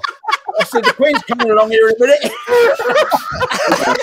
I did a little wave, went past me, and they're all going, "Yeah!" Most of the passengers in the back going, "What the fuck are you doing? I want to go home." It's fucking when they saw the Queen, they was all at me. It was one and only time I ever saw the Queen. So they loved it. Kev, I want to go home. I've got to be home in 10 minutes. Fucking parking up in the Strand and watching the Queen go past. Jesus Christ. Yeah, exactly. Yeah. She'd had Gazza on with his bottle of brandy. There, not you, Gazza, the real Gazza. God. I was going to say, I don't drink brandy. You know, tell a funny story, Gaz. You know when you did your My White Hart Lane story with Gazza, I put it up with Gazza, and all the guys on the YouTube group that I'm a member of, we got a WhatsApp chat, and they were like, You've got Gazza on. You really should publicise this more. You've got Gascoigne was on your podcast. It's like, no, that's not Gazza. This is Gazza. Our own Gazza. Just going back to that player who used to park on our forecourt, it was Flamini. He went to West Ham as well, didn't he? Yeah. What an arse. Yeah, literally. Oh, so enough of the stories. Winks and Deli not in the travelling squad. Have you heard anything on Spurs community as to why that might be? Any conspiracy theories or stories or rumour or intrigue? No. Nothing there at all. Nothing. No. It's been radio silence. Yeah. It's been radio silence. Well, Winks has already said that he wants to go, doesn't he? And he's done a few veiled digs. Yeah. It must be that. Ali was on, was it Twitter today, saying, "Yeah, now I'm playing with the real pros," and he's playing fucking FIFA with these two esports geezers. And some bloke posted up, said, "Yeah, well, that's not. I think we see where the lack of concentration is." Yeah. He's up all night playing computer games, is he? Yeah, he doesn't. He's not wrong. He's made his money. He's not. That guy. Yeah, the commentator was not wrong. Yeah. Well, Gaz was better. Since Fortnite came out, wasn't it? When Fortnite came out, that was it. He's gone. He's away with the fairies. Yeah. There was talk of him allegedly, I should put this in allegedly, that leaking pictures of Pep's daughter in bed with him when they were around the Spurs WhatsApp group. He got into trouble for that, yeah. What a prick. He said he thought that he got He's caught. Just too big for his fucking boots, isn't he? It just... Yeah. I tried to give him, I tried to give him the benefit of the doubt, but you know, stuff like that makes it very difficult to fight his corner. Yeah. But even if you did fight his corner, my view is that the relationship between him and Spurs is over. Yeah, it's over. You're not going. Whoever, I don't give a shit well who said, the fuck it is who thinks they're doing it, who thinks it's a good idea. Stop trying to rehabilitate Dele Alli into the Spurs matchday squad. Exactly, Not going to happen anymore. Yeah. Just get rid for everyone's benefit, ours and his. And take Ben Davis with you. I fucking want some. All right, lads. All right, easy. Don't hold me back. Don't hold me back.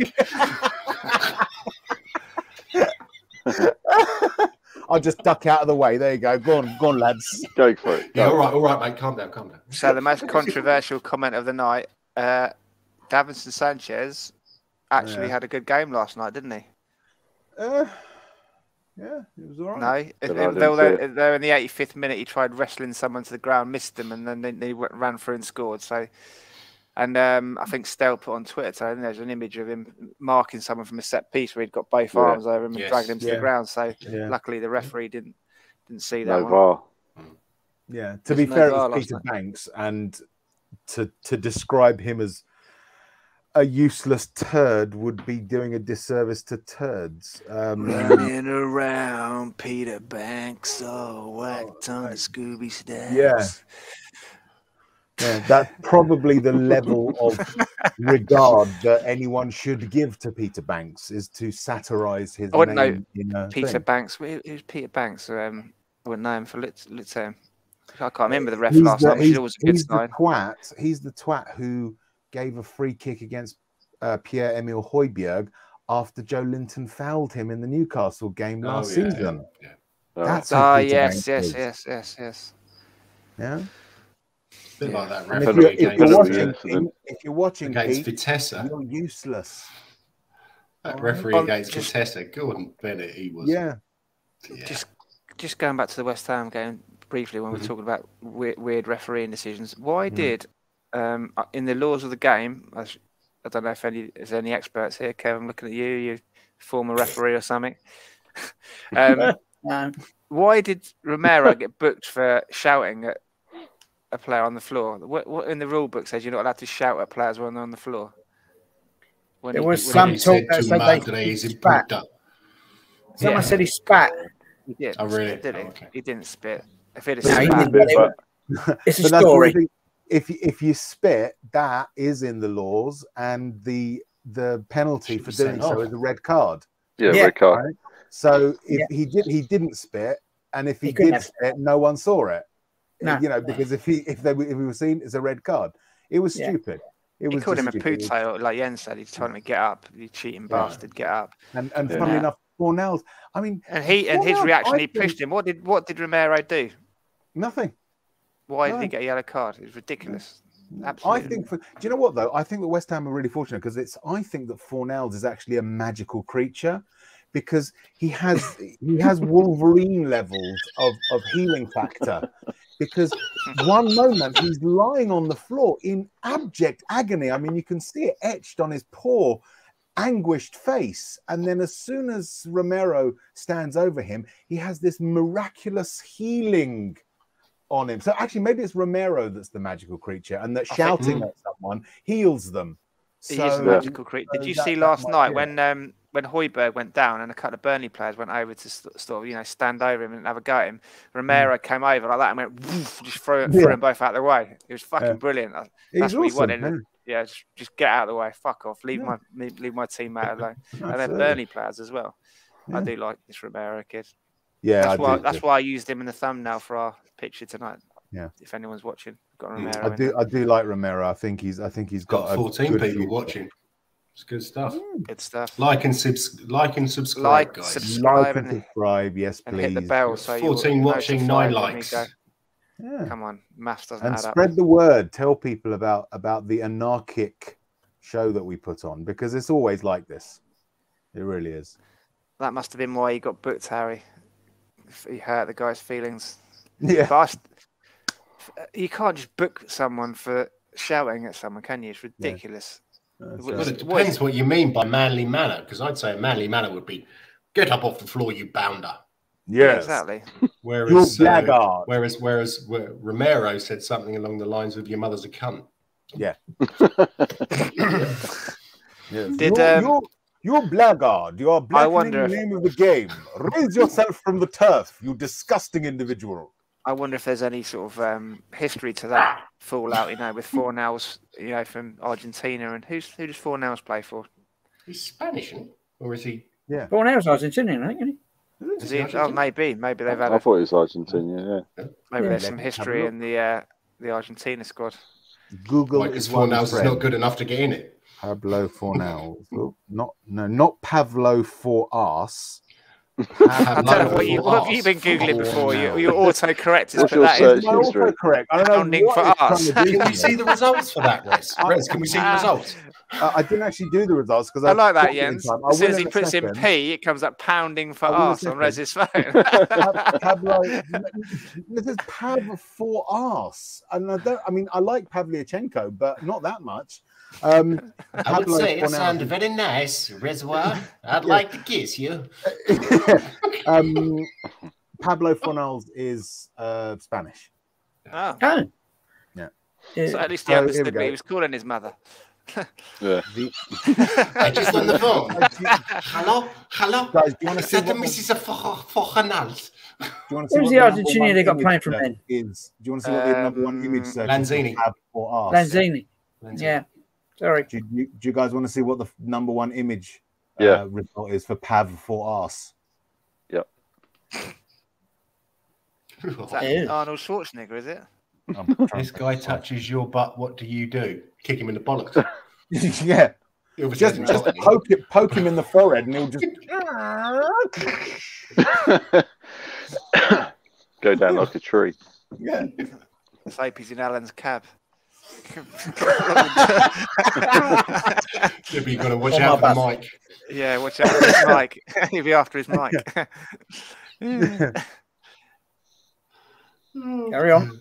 Carry on regardless.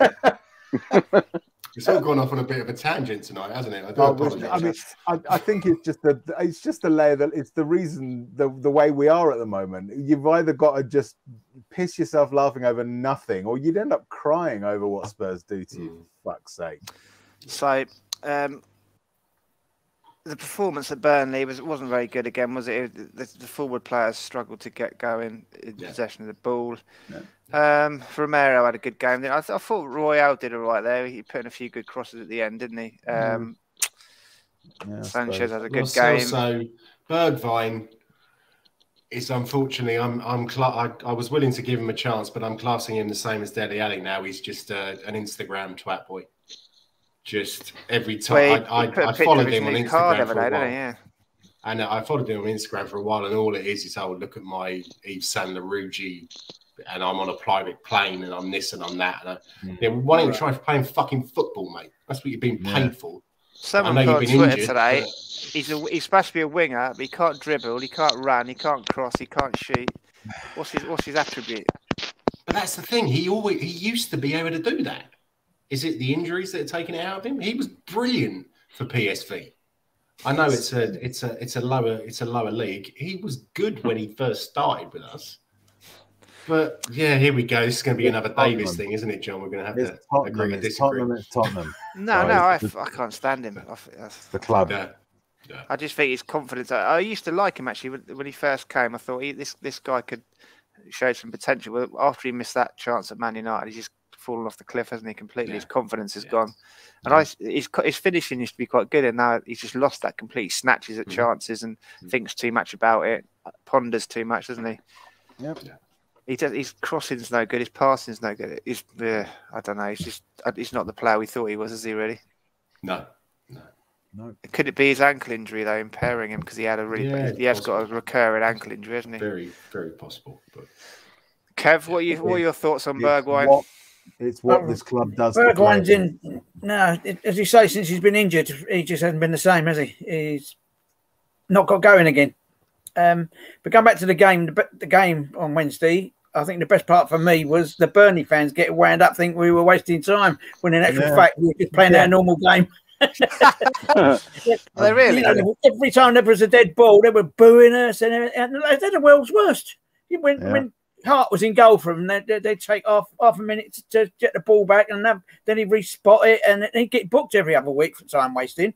Yeah. They were known for it, Just, for the fans, I thought they were actually Everton fans that were in disguise. Actually, they were booing so much. We've got to play them in the week, haven't we? It's going to attend to his toiletry needs, I think. It's going to his ablutions. His ablutions. Yes. So finally broke them down at the end there, didn't we? A good move down the right hand side. Who put the play out to Royale? Can't even remember. No. In the build up, good cross and our little salmon leaping like a salmon. Lucas Moura, good in the air, isn't he? He is decent in the air, pretty size. I can't believe he headed it down and came back up again. It was like some people, really, the trajectory of the ball went straight down and up again, The commentator, I don't know if you had the English commentary, Kev, but the commentator thought it was deflected the way it had bounced and gone in. Yeah, and it's like, no, he just headed it down. I couldn't see it. Yeah, headed it down and in. Yeah. And then we had a good bit of time. Do you think he took a skip off to save him for the weekend, or was it a tactical thing to try and get more attacking player on? Who knows with Nuno? It's who knows Nuno. Who really bring on? Was it a penalty thing? Lucas Moura came on for Gill, didn't he? And he made a change at half time. He took skip off for Lo Celso. No, he started Lo Celso, didn't he? No, he started Lo Celso for... Oh, crap. Who did he bring on? Anyone watching? Well done. Again, another example of just how crap things are. How we all switched off. Switched off. You're just going through the motions. Yeah. Even the fans are disconnected from the fucking games. I mean, come on. Jesus, can't even think. It wasn't Ndombele, was it? Ndombele did come on. It's a double sub, wasn't it? There's Ndombele come off and two came on. I think Ndombele came on for Lo Celso, didn't he, towards the end? And then Sonny came on, didn't he, for... Who did Sonny come on for? Stevie. Sonny came on for Stevie. Yeah, what's it called? There were 4 subs, and Ndombele came on for Skip. Rodon came on for Lo Celso, and Sonny came on for Bergwijn. What was the minute that Skip came off? Yeah, Skip came off on 66th minute. 66. Yeah, and so was Sonny as well. So it was a double sub at 66, and then he brought Rodon on for 1 minute at the end of the game. I got to say this. I was watching with my nephew, he's 6, and I said to him at half time, "It's not very good, this, is it?" He goes, "We're playing boring. We need to get Son on." I was like, "Who are you taking off?" He goes, "Bergwijn." was like, yeah, to be fair, and if only Nuno had that awareness to take Bergwijn off for Son, yeah. And then when Son started warming up, I was like, here he comes. Then the crowd started singing for Sonny as well, didn't they? Yeah, we needed to get him on. I'm convinced. I'm convinced that Nuno is basically playing this formation because he's looked at how we played in the past and thinks that if he sets them up like that, we'll just automatically do it. Or if he doesn't set us up like that, we'll get fucking cut open like we did against Arsenal. Yeah, but the thing is that that's as far as his knowledge will take him. You know, that's why it's so depressing. That's why it's so. It can cause so much despair because it's like damned if you do and damned if you don't. We can't get rid of him, and we really shouldn't be keeping him. And this is terrible for me to say because I always back my manager, but it's very hard to back him. It's very, very hard to back him. Like Craig said earlier, that if you just consider him a stopgap caretaker manager, we get our bigger target. You feel despair because it's a season wasted. It's a season of Kane wasted, isn't it? He could have been getting near that Jimmy Greaves record. He got one more league goal? He's got maybe 5 or 6 in the Conference League, hasn't he? Yeah. You know, it was always going to be a season wasted, Rez. It was always going to after him fucking around in the summer. How many days it took him to appoint a manager, not letting anyone come in, but buy new players, get rid of the deadwood. It was always going to be a wasted season. That was the frustration, wasn't it? We were so reticent to renew our season tickets as well, and then he dropped in that Conte thing, the Conte bit, yeah. I mean, the thing is that I wouldn't view it as a season wasted if we had appointed the right person for the job. If it had been Ten Hag, for instance, you know, then even if we're playing poorly, or even if we're getting bad results, it wouldn't be a season wasted because if you think about it, if he's the stopgap manager, or if he's a new manager, this season would be one of getting everyone settled, right? But if he's the stopgap manager, we've got to go through that this season, and then we're going to have to go through that next season. Rebuild again. Yeah. So there's another season of transition. It's like, hopefully how many more transitions? You know, we've had more. Just the number of transitional seasons we've had is beyond count. It's too much. It's ridiculous. It's a bit heartbreaking, really, isn't it? Yeah. You know, we thought we'd secured our place in the top 4. Yeah. Got to the Champions League final. Very close to winning the title. And then, he doesn't want to spend the money when we need rebuilding. He doesn't bring anyone in. It's just, I suppose his point of view would be that you just said, we got to Champions League final. We nearly won the league with doing what we were already doing. Nearly. Yeah. You get to my age though, and you think, oh, I really, it's been, I'm 66 in a couple of weeks' time, and I'm thinking, wow, there's 20 years of waste, really. One League Cup, I'm going from middle age to old age, and I ain't seen nothing. It's quite sad. Are we on about Albert's piercing here, or no? The dots. That's Prince Albert. That's a Prince Albert. Yeah. No, exactly. Yeah, no one's arguing that. That's true. Craig. Yeah, very true. No one's arguing that. It was always going to be a big ask to get rid of 10 players and bring in 10 in one window, wasn't it? But, no, that would be unrealistic. But it would have been sensible to get a striker in, wouldn't it? To back up Kane. You know what? This is what we suffer from. We suffer from short-termism. We only look at the situation as it is now. Yeah, fine. So we had as one summer transfer window, but you've got to compare that against 20 years of constant chopping and changing. There has never been, until Pochettino comes along, there had not really been a single period of real stability at Tottenham Hotspur under Daniel Levy's stewardship. Due to Daniel Levy, though, eh? Due to Daniel Levy. Self-fulfilling prophecy, isn't it? So, you know, we can sit here and say, okay, well, you know, ultimately it comes down to this. How long do we wait for Jam tomorrow? Because that whole idea of we can't do it over one summer transfer window is just Jam tomorrow. Because all you're saying is you've got to wait more transfer windows. Yeah, fair enough. It's Jam tomorrow than you Jan Vertonghen. Yeah. No, that's Yam tomorrow. Oh, sorry. Okay. Yeah. Got to pronounce it wrong. Yam Tomorrow. I had some real hopes there. Yam Pomerov. Yeah. No, but you know, it comes down to the fact that we're always sold this promise that things will be better in the future. Mm-hmm. The future's here, right? It should be better now. The future's bright. The future's lily white. Lily white. Yeah.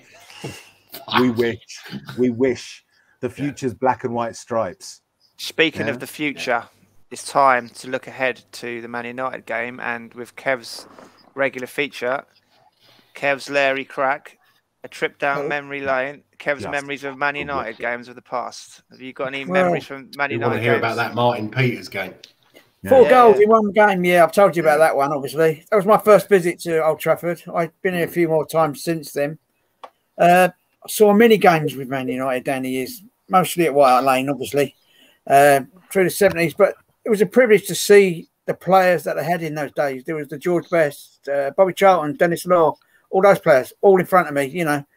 And I said it before, those were the days when you didn't hate the other team's players because they were superstars, but you adored them because of what they did on the pitch, whether you got beaten by them.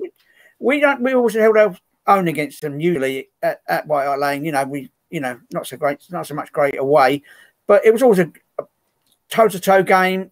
All the European Cup winner, Cup sides, and all the other players, Gordon McQueen, the Dennis Laws, all the names just roll off, you know, all through the 70s and that.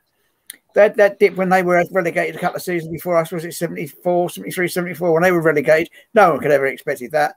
But there were so many different games all down the years. I must admit, I didn't go. The one I wished I went to was the one where Ardini's got that screamer up at Old Trafford. I think it was a League Cup match in the 80s. Hoddle got one up there as well. There was another screamer. There were midweek games. I never used to be able to get to the midweek games because of work commitments. Like, you know, I could never sort of justify taking time off. Been self-employed in them days, but the weekend games I hardly ever missed one of them, home or away. Probably struggling to drive your bus around where you were parking up to see the Queen every 5 minutes. I was self-employed while I was working with onwards. Queen Liz was a distant memory in 77. Yeah. Oh, she's a gooner, isn't she, the Queen? No, some double-decker bus truck parks up at Old Trafford. I'll be back in 2 hours. Sorry, chaps. It's all right. I thought this was the 63 to Dalston. Is that Old Trafford? I was going to say, is this the Dalston? Funny you should say that because I was actually worked at a Dalston garage. There you go. Some old biddy with a cake hat gets on and wants to go to the Arndale Centre. Yeah. And you're on the M6 back home. Alan just said it was an FA Cup. Yeah. I've got to get my frozens in the freezer. My fish is going off. You remember this, Alan, with Hoddle going in goal against Man United? Nice. That was it, yeah. Lovely. Yeah. He's about as good as Harry Kane. Yeah, that's funny, wasn't it? He kept a clean sheet, then he only conceded 1 goal. Conceded that one, it stuck through, didn't it? Spilled it, it into the goal. But they're always good games.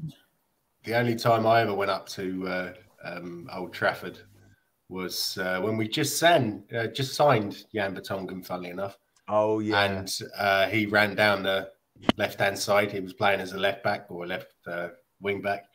And, crossed it over or shot it over, and it was an own goal. And then I think it was Deuce got one, and we were 2-0 up.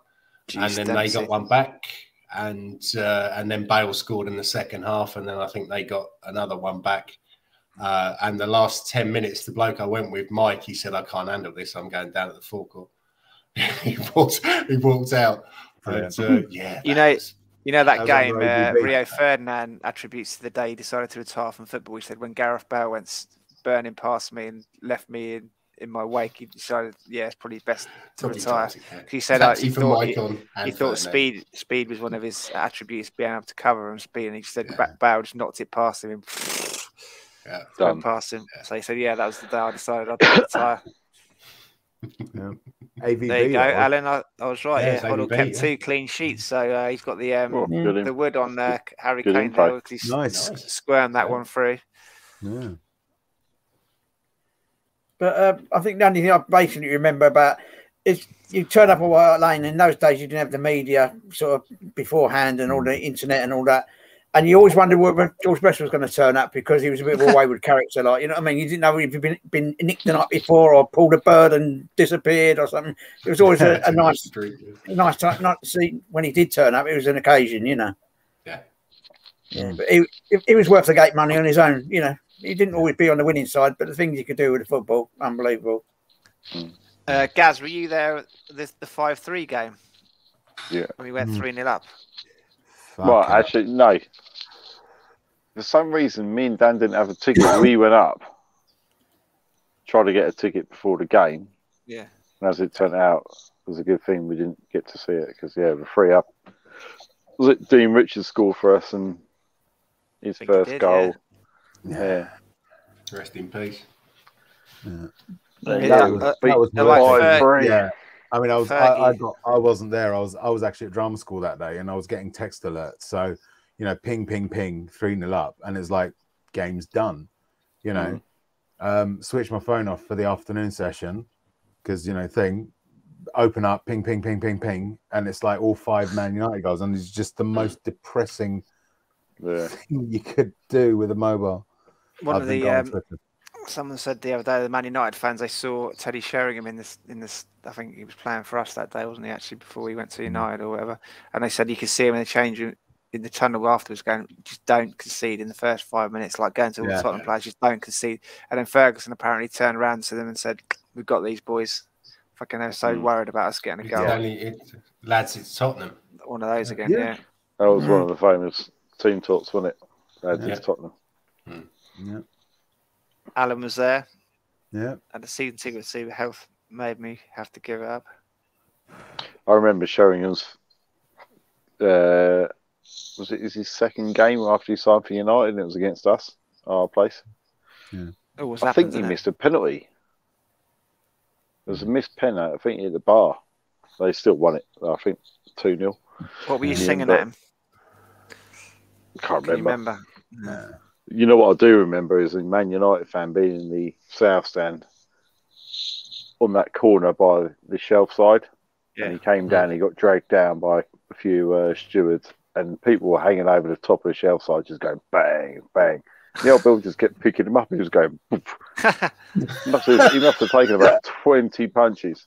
Is it like Weekend at Burnley's? Right. You know, coming all the way from Surrey to watch his team. Yeah, exactly. Trying to prop him up. Yeah. He should, as Jens said, he should fuck off back to Surrey. But yeah, when he missed that penalty, we celebrated like we won the league. Yeah.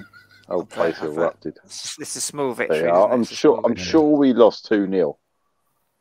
And he missed the penalty eventually. Wasn't it maybe 2-1? I seem to. I might be wrong, but that rings a bell. I remember the bow scoring after about 30 seconds. That's it, that overhead kick thing, wasn't it? The overhead kick. Yeah, great goal. Yeah. Too early, and we went too early. Yeah, we lost idiot. Why didn't you save it till the last minute? Too early. Score too early. Yeah. We should have T-shirts about too early. Yeah. Don't score Story of my life. You've been in Alan's cab.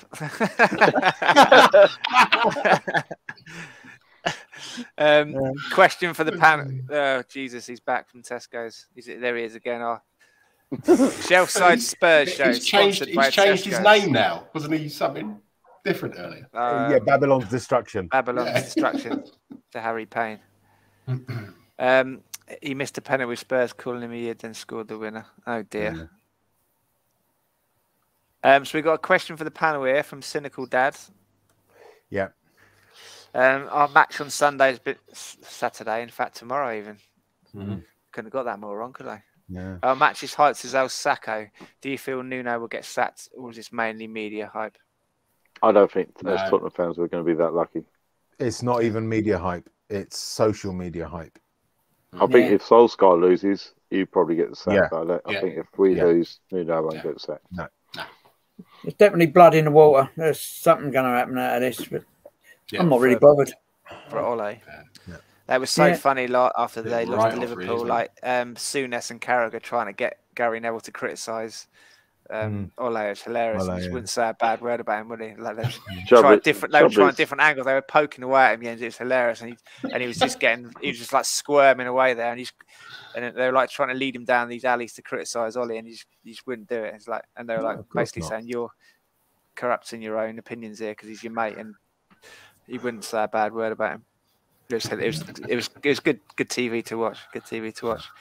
Yeah, he could be in trouble, couldn't he? But I don't know if it's a good thing having Pogba out or not. I don't know, but he always plays well against us, doesn't he, Kev? He was dire and bloody ran around, doesn't he?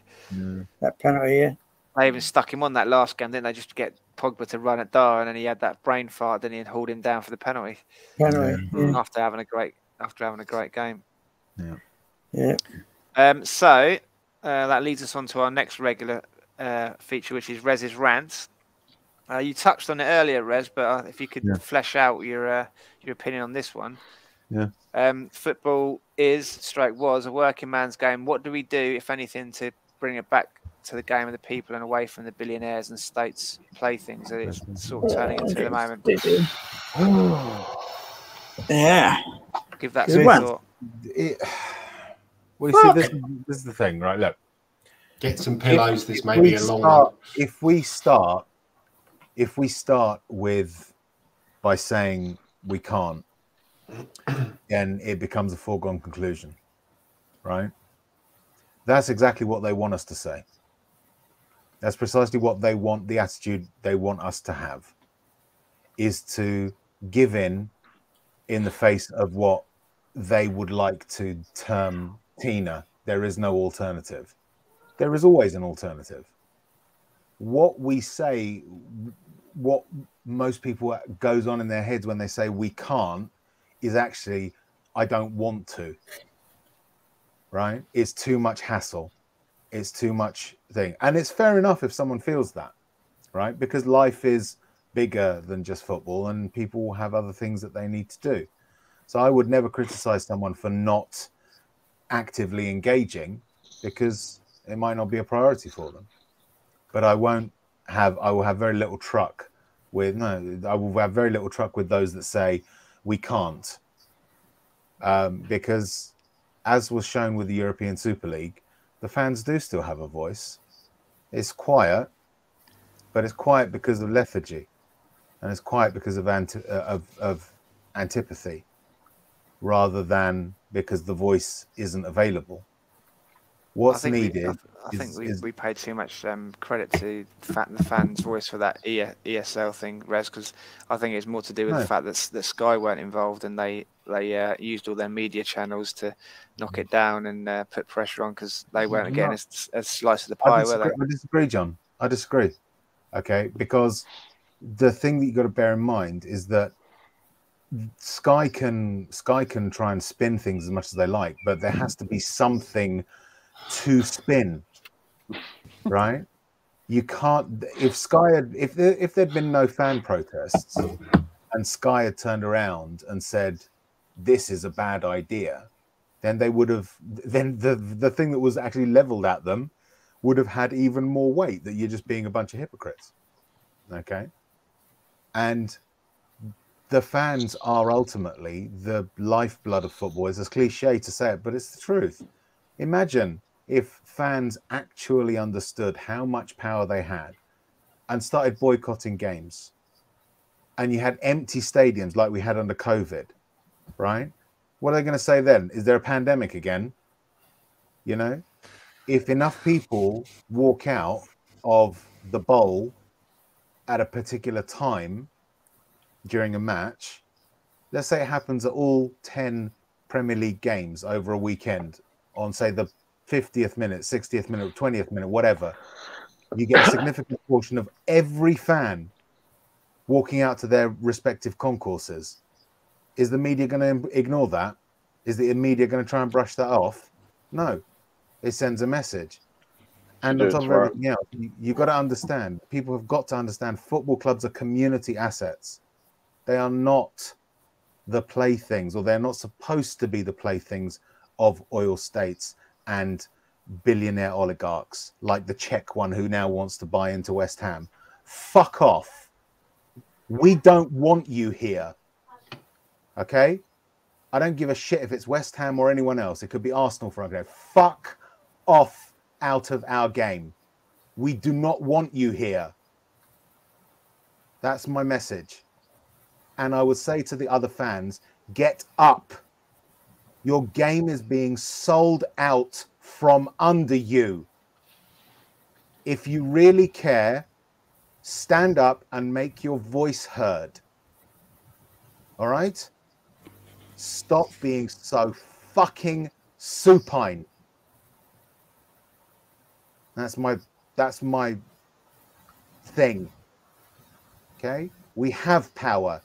Acknowledge that you have power, believe that you have power, and exercise it. Can I just say something there, Rez? Yes, mate. When I've been to matches at the new stadium with my season ticket, which unfortunately I don't use an awful lot anymore, often I'm surrounded by Norwegians.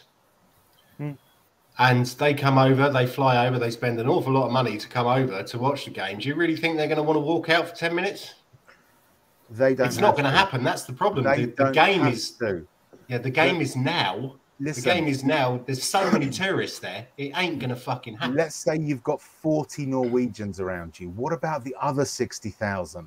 Yeah, fair enough. Not all. Yeah. We've got 40,000 season, or something, 30,000 season ticket holders. Yeah.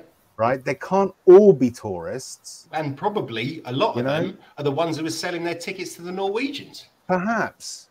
But there's still enough of us there's still enough of us to have an effect before it gets to the point where every season ticket is on the exchange. And we have become legacy fans. Okay?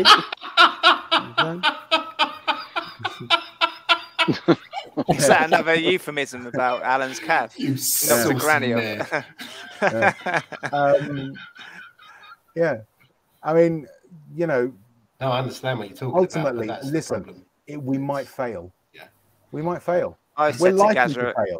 I said to Gaz and Rez a long time, I can see us going down a route of like Wimbledon happened, and just setting up another Tottenham, because we won't be able to get rid of Levy. We'll just set up our own.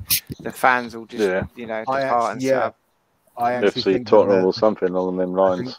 I'll be fully behind that. I think the future of football as a whole will go down one of two paths. This is what I believe. That still doesn't. I'm fighting. I'm doing stuff outside of this stream that I'm not going to bring into this forum at the moment. But we will either get to a position where football has become essentially the equivalent of the NFL and American sports, where it's a closed shop franchise, and every fan is a tourist.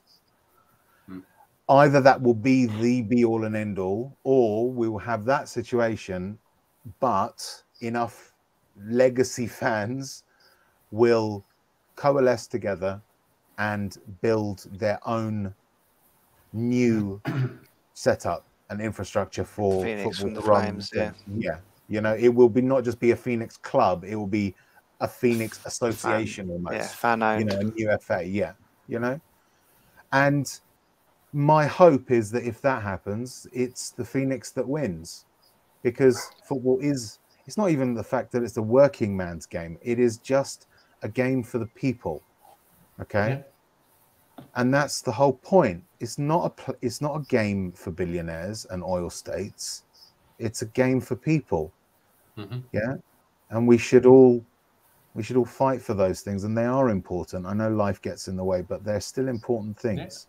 You'll get the left wing Res going, oil oligarchs are people too. They deserve to be involved in football clubs. Yeah, right. No, I mean, they should all fuck off to Formula One. Yeah. Just spend all your money on that. I mean, listen, you want to be involved, fine, but you're one fan. That's what your involvement is. If you want to buy the club, fine, but you have no ownership over it. None. Let's bring a bit of light-heartedness to the panel here. Comment from Harry. Is that you your guys dog, think? Kev? No. Gaz, is that you? What's that? Is that your got a dog? Dogs. Yeah. Yeah. Oh, okay. If Been you a guys prick. think it's bad being a Spurs fan, I've riled the dog up as well, it seems. Fucking Yeah. hell. I'm speaking to animals now. Dr. fucking Doolittle Red. Doolittle, yeah. Dr. Doolittle, he talks to the animals. If you guys think it's bad being a Spurs fan now, just imagine how bad it would be if Daniel Levy had a full head of hair with a big pair of eyebrows. Someone get on the old... Why? Just imagine Levy with hair and eyebrows. It'd be fucking insane, wouldn't it? That's fairly. Although You know, I've seen, Benny. I've seen Parker pictures from of him the, as a young man with a full head of hair. Yeah. So it's not. Yeah. Someone get on Photoshop, knock it up, knock it up on a poster for Brian tomorrow when he does his streak across the pitch. Absolutely. Obviously, welcome back to Jens. It's been a while, so we need to talk about the quiz for next week, Jens. Any subjects, guys, in the comments or on the panel here? What can Jens's quiz be on next week? I think the life and times of Jens as a Spurs fan would be fucking brilliant. You know what? If we did do that and you got a question wrong, right? I was drunk. You'd hope no one would beat you on that, would you? Yeah. Yeah. I don't know. Who have we talked about tonight? Who could we do a quiz on? No one good. Who's the Arsenal player? Dean Yeah, Richards. Flamini. Oh, yeah, there you go. Oh yeah, Dean Richards. Dean Richards, yeah, yeah. in tribute to Dean Richards. There you We'll go. do Yeah. we can do one on Dean Richards Yeah, next that'd be a week. nice one, I think. Yeah. Yeah. Yeah. Okay, I'll knock that Good shout. up into some shape. I thought I was So going against Kev. Who's he going up against? I thought I was going up against Kev, or I was going Kev, up are against you the man to take him on Dean Richards? I don't mind. Oh, I don't think it should just John. be Dean Richards. I think it should just be general Spurs. I think that'd be fun. Kev doesn't care. Like, he's like, bring it on. Well, we could all. Bring it I mean, on. we could all go for it. We could all have a. Everyone can take part, apart from you, obviously, John, because I know I've got to you read the cheat. questions. Yeah. I said to someone the other day, I thought the quiz was fairly easy, but then again, I did have the answers sat in front of me. Yeah. You said that to me, yeah. Yeah, You've done your research. I've done my research when I was writing the quiz. Yeah. It's like watching a repeat of blockbusters that you saw before. It's like, Yeah. I think these are easy, these questions. I'll have a pee, please, Bob. Funnily enough, Brian is saying he'll beat me if he doesn't have questions about 1882 or something like that. He only had one question about who was the first Tottenham manager. The rest of them were like the 60s, and I don't know either. What was Nuruddin Naibet's middle name? We need to do a middle name quiz at some point, don't we? So we'll do. Are we doing a general knowledge then one? Jens v Kev next week, or I got one for you. Mike England's middle name. Dave. Michael. Born in. Bassett. Well, he wasn't that Gaz, he was Welsh. What was he? Is it Nathaniel, he's not something- doesn't mean he wasn't born in England. Daffyd? Is it Daffyd? No, it's You're not not getting really. It's Gwen. not really. That's Kev. the middle name. Not really. Michael. Not really England. It's not. Michael. Ah, what No, was his name was Harold Michael. Michael England. Ah, right. Yeah, Harold. Yeah.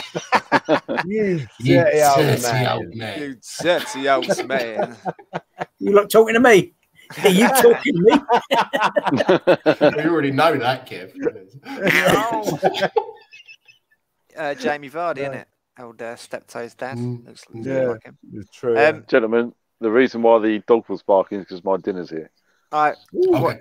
I'll give us 1 minute, guys. Tottenham Okay. menu. What you can go first under those circumstances. What's the score going to be, and who's going to score?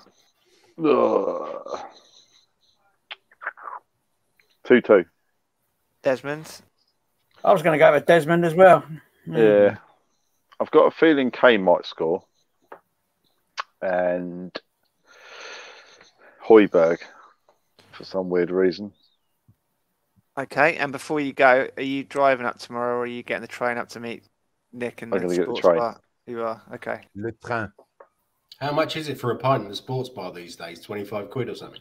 I had a non-alcoholic one in there the other day, and it's about fucking £4.50. So it's got to be similar for. I think I paid £5.50 or £6 for a beer in there. Yeah. Not too bad then. So, We'll update you tomorrow, Jens, on the price of the fish finger sandwich these days. I presume it's still on the menu. It's quite smart. It's quite smart now, Jens, isn't it? It's got these little booths now. And each of them have got a massive telly in there. It's fucking good. Yeah. It's decent. Yeah. What, downstairs? Nice. Or yeah, upstairs now. No, upstairs. on the normal level as you come in. Right. Okay. Because you remember that time downstairs when we had the 3D glasses. Full of gooners, and they were like, and one of them said something, and I said, "I don't think he realises how strong I am." when Sky did one of their first ever 3D games, and we went up there, didn't we? You just gave us a fucking headache. Yeah. Before a Tottenham game, when we watched. I think I was there as well. Yeah. 12 It's o'clock. like going on a fairground ride and you just come out dizzy. We had headaches for the rest of the day. Didn't we? It's horrible. Yeah. Right. See you tomorrow, guys. Right. See you later. See you guys. See you. Bye. Bye. Kev, do you want a bit more time to think about it as he's nicked your Desmond, or are you okay to stick with your Desmond and just give us the goal? I'll stay with the Desmond. I think Harry Kane and Harry Kane. A juice Diggle from Harry Kane. Rez? I reckon it would just be a really boring 1-1. It would just be huff and puff from both sides, and there'll be like a couple of slip-ups, and it'll be 1-1. And that's it. No scored for Kane and Ronaldo on target. I suggest we'll go. Cynical Dad says I suggest we'll go 2-0 up in the first half and then concede 3 goals in 10 minutes. Yeah. Yeah, you can see that. That's too early. That's too early. Yenzi, what are you going for? I don't. Yeah, I haven't predicted a Spurs win since Vitesse, which we lost. And I think we're going to lose 2-1. I have no clue who's going to score, because Kane and Son looked absolutely awful last couple of games. So I will go for Lloris off his backside. OG or up there? It's going to hit his No, he's going to go up for a corner at the end of the game and jump for it, head, and then do a semi-flip, and it will come off his backside straight past, what's his name? Edwin van der Sar. Yeah. Has he ever been up for a corner, Lloris? I'm trying to think. Yeah, I'm not sure. I don't remember. It's not something that I recall him doing. So if he has, it would be a very rare occurrence. Yeah. He needs to join Robbo and Pat Jennings in being Tottenham goal scorers. Yeah. So Rez, are you going up for the protest tomorrow, or? Yeah, I'll be wimbling along at 2 o'clock. I think 2 o'clock outside the club. 2 o'clock outside the club shop. Yeah, opposite the club shop. But I would say to people, look, if you can't get there for 2, don't think that you can't get there. Yeah, the protest will go on until much closer to kickoff. So do please turn up. Don't be abusive. All right. I was going to say, throw a few punches for me. Yeah, especially the old Bill. We've seen things. Can't beat ourselves up, Jens. We've seen a lot of talking about the old Bill, mate. Like, calling Daniel Levy names. Don't do that. Don't call him names, because that undermines your argument. Yeah. No, be cogent, be clever about what you say, but come in and make your voice heard. Absolutely, is what I would say to everyone. All right. And then I'll come at the end and say, "Fuck off, you cunt." Yeah, absolutely. Yeah. What time's your flight? I'm just about to start walking. Fly over the stadium with it. Yeah, I've got a bathtub, and I'll be over to Harwich. That's right. Yeah. Here's a question for you, Jens. If you were flying over and you had a banner, what would your banner say? If you only had 30 seconds of Sky coverage and leave you to see it, what would you put on the banner? Rez for president. God, stop it. I don't think Daniel Levy's going to I don't think shares. No, that's right. What would you purchase? I bought one of your shirts from Mr. Buy Right, and it was shit. Mr. Buy Right sucks ass. Yeah. Or even better, Mr. Buy Right, rest in peace. Who did they sell to? It'd be interesting. Rez, who did it VHS. background. BHS was it, and they've gone now as well. And then they failed. I used to like their check jumpers, you know, they're like golf style jumpers when I was in my grunge rock days. Not that I'm still in my grunge rock days actually, but I used to wear those jumpers. Yeah, they used to. Yeah. Who is this Harry Payne? Is he that Paul Middleton bloke, do we think? Or is he Big Boss Man? No, Harry Payne's got a YouTube channel. Paul Middleton didn't. Oh, okay. Right. I think. Harry apparently, weird Tourette's-laden panel tells us not to be abusive. Harry, if you want to tell us what is your YouTube channel actually Harry Payne? You like and subscribe? No, I think actually, I don't think it is. Okay. Sorry, that's my mistake. I think it's just the comment was from YouTube. Okay. I have a feeling that this is Mr. Middleton again. Nice to see you. How you doing? Yeah. You right? Yeah. Nick's off wanking in someone else's basement this week. I think he's not on his own. Listen, welcome on board, Paul. I've Harry. got no. Harry, Dave. You're being reductive, Harry. Okay, what you're saying is that you're conflating two different issues, and saying that because I'm treating them differently, the fault is with me. No, it isn't. Okay, I am deeply hostile to any billionaire who wants to come in and acquire an English club. All right. With me wanting to argue for Daniel Levy to stand down, I recognize that doing so without abuse will get me more, or is more likely to get me a result than being abusive. Okay, that's the difference. I have enough of a brain to understand which approach I want to take in different scenarios. Okay, Paul? Not that it bothers you. No, I don't give a shit. All right. Yeah, it bothers me. But do you know what? That's the great thing about it, though, Jay. Okay, is that I know I've got the wit, okay, to outwit someone who's half-armed if they come up in a battle of wits with me. Yeah, I love that. Oh yeah. Wow, wow, wow, wow, wow. I would challenge you to a battle of the wits, but I see you're half-armed. Oh, you're unarmed. Okay. But listen, if he shares the same objective as me and he's just being funny, it's a funny joke. Have you got any banners, or is it just chanting that? Not personally, no, but there will be some banners there. You know, I'm sure. But there's other things going on. You know, there needs. Listen, ultimately, what do you want? Do you want football to be what we think it is, what we think it should be? Then you've got to fight for that, because we didn't fight at the right time when it was being taken over because we didn't know. So we have to fight now, or you forfeit the right to complain about it. Yeah. It's a depressing state, and I think we'll lose tomorrow. I think. Yeah, maybe. Yeah. United will have a reaction from the Liverpool game. What was your prediction? Sorry, John. I think I missed that. I didn't give one, but I'll give one now. I think 3 or 4. One will lose. You reckon? Yeah, I think they'll they get a don't reaction. look that good though. Their defense is poor, I suppose. Our attack's not particularly good, but their attack is pretty special, isn't it? They're suffering something similar to us. Who's gonna be able to stop Ronaldo? That's my biggest. You'd hope Kane and Son can't play as poorly as the last 2 games, would you? So they'll do a good performance. Yeah. Well, it's a big game, isn't it? You know, it's like Hill's out with his. It is a big game. Is it 5? It's 5:30, isn't it? Yeah, 6:30. Yeah. 6:30, I hope I'll be back from the pantomime by then, so I'll be all. Oh no, he didn't. Out. So, Are you going on? Is Eugene doing a stream, or is it? Yeah, on Sunday. No, he's doing one on Sunday. So he I think it's 2 o'clock. No, 1 o'clock your time. 1 o'clock GMT. Yeah. So if you're up for it, John, and maybe Kev, if you want to join in as well. It seems to get a bit crowded. I was late last time, and I had to wait for half an hour to get on. But it's always a good laugh. I'm working Sunday. Okay. Yeah. Don't. I'm not working Sunday.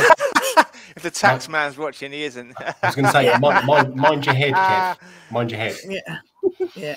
When he says working, if the Irish tax man's watching, he means working a crowd somewhere. He's going to be out watching a game of football, or having a drink. No, he's going to be in a strip bar, isn't he? Yeah, working. Yeah, you can keep your hat on. Cash in hand. Just to do horses anyway. Is it? Oh dear, we won't ask. Are you refilming Animal Farm, are you? No. Fuck's sake, John. Oh, don't forget, we got to cheer us up. We've got Vitesse on Thursday as well. We're looking forward to that. You know what? I think I've got Friday off. I might actually go. I'm going to go. I think. Rez, are you going to the Vitesse game or? I'm not planning to at the moment. I could do. Yeah, I might go. Because he's going to play a strong team, isn't he? Because we need to win both those games now. But whatever happened to 1882? Do you remember those? Yeah, they're still going. Fighting Cock, Flav, and that. Okay. I guess it's more difficult for them to nail down a specific area where everyone can go and stand. I think Flav moved to Bristol or down that way, didn't he, as well? So I don't know if he goes to all the games anymore. Okay. Yeah. So yeah. Well, I met Flav and his dad with Barry, God rest his soul. In the bricklayers. His dad was a lovely bloke, wanted to chat. Flav seemed a little bit standoffish. I think he was probably thinking that there were some people trying to infiltrate it, but we had a great time. I remember I took Suze to one of the games, and there was this bloke who was stood there with an iPad filming the game, and one of the 82 lot came down and said, "What are you doing?" I said, "I'm just filming the game." She's meant to be watching the fucking game. Give me your iPad. And then the police got involved. That was hilarious. They used to be good. Them 1882s. Then we went. Me and you went to a few, didn't we? And so I went to one of those. Yeah, I went to one of those. It was intense. I think that's when you met Suze. I think that's when you met Suze. Yeah. Well, me or that was Rez. Rez. Yeah, I met her when you were over for New Year's or something. She brought her sister and her friends, haven't she? Remember going to Bellinaire? Yeah. No, Suze wasn't there at that time. That was. It was her sister and her mates. Yeah. It was her sister and her mates. Yeah. Yeah. Never seen so many blonde women in the Bellinaire. No. Yeah. An Ariane takeover. Oh dear. And on that note, right. Good luck to Spurs tomorrow. Good luck to us tomorrow. Come on, you Spurs. See you next week. Lead you out. Spurs.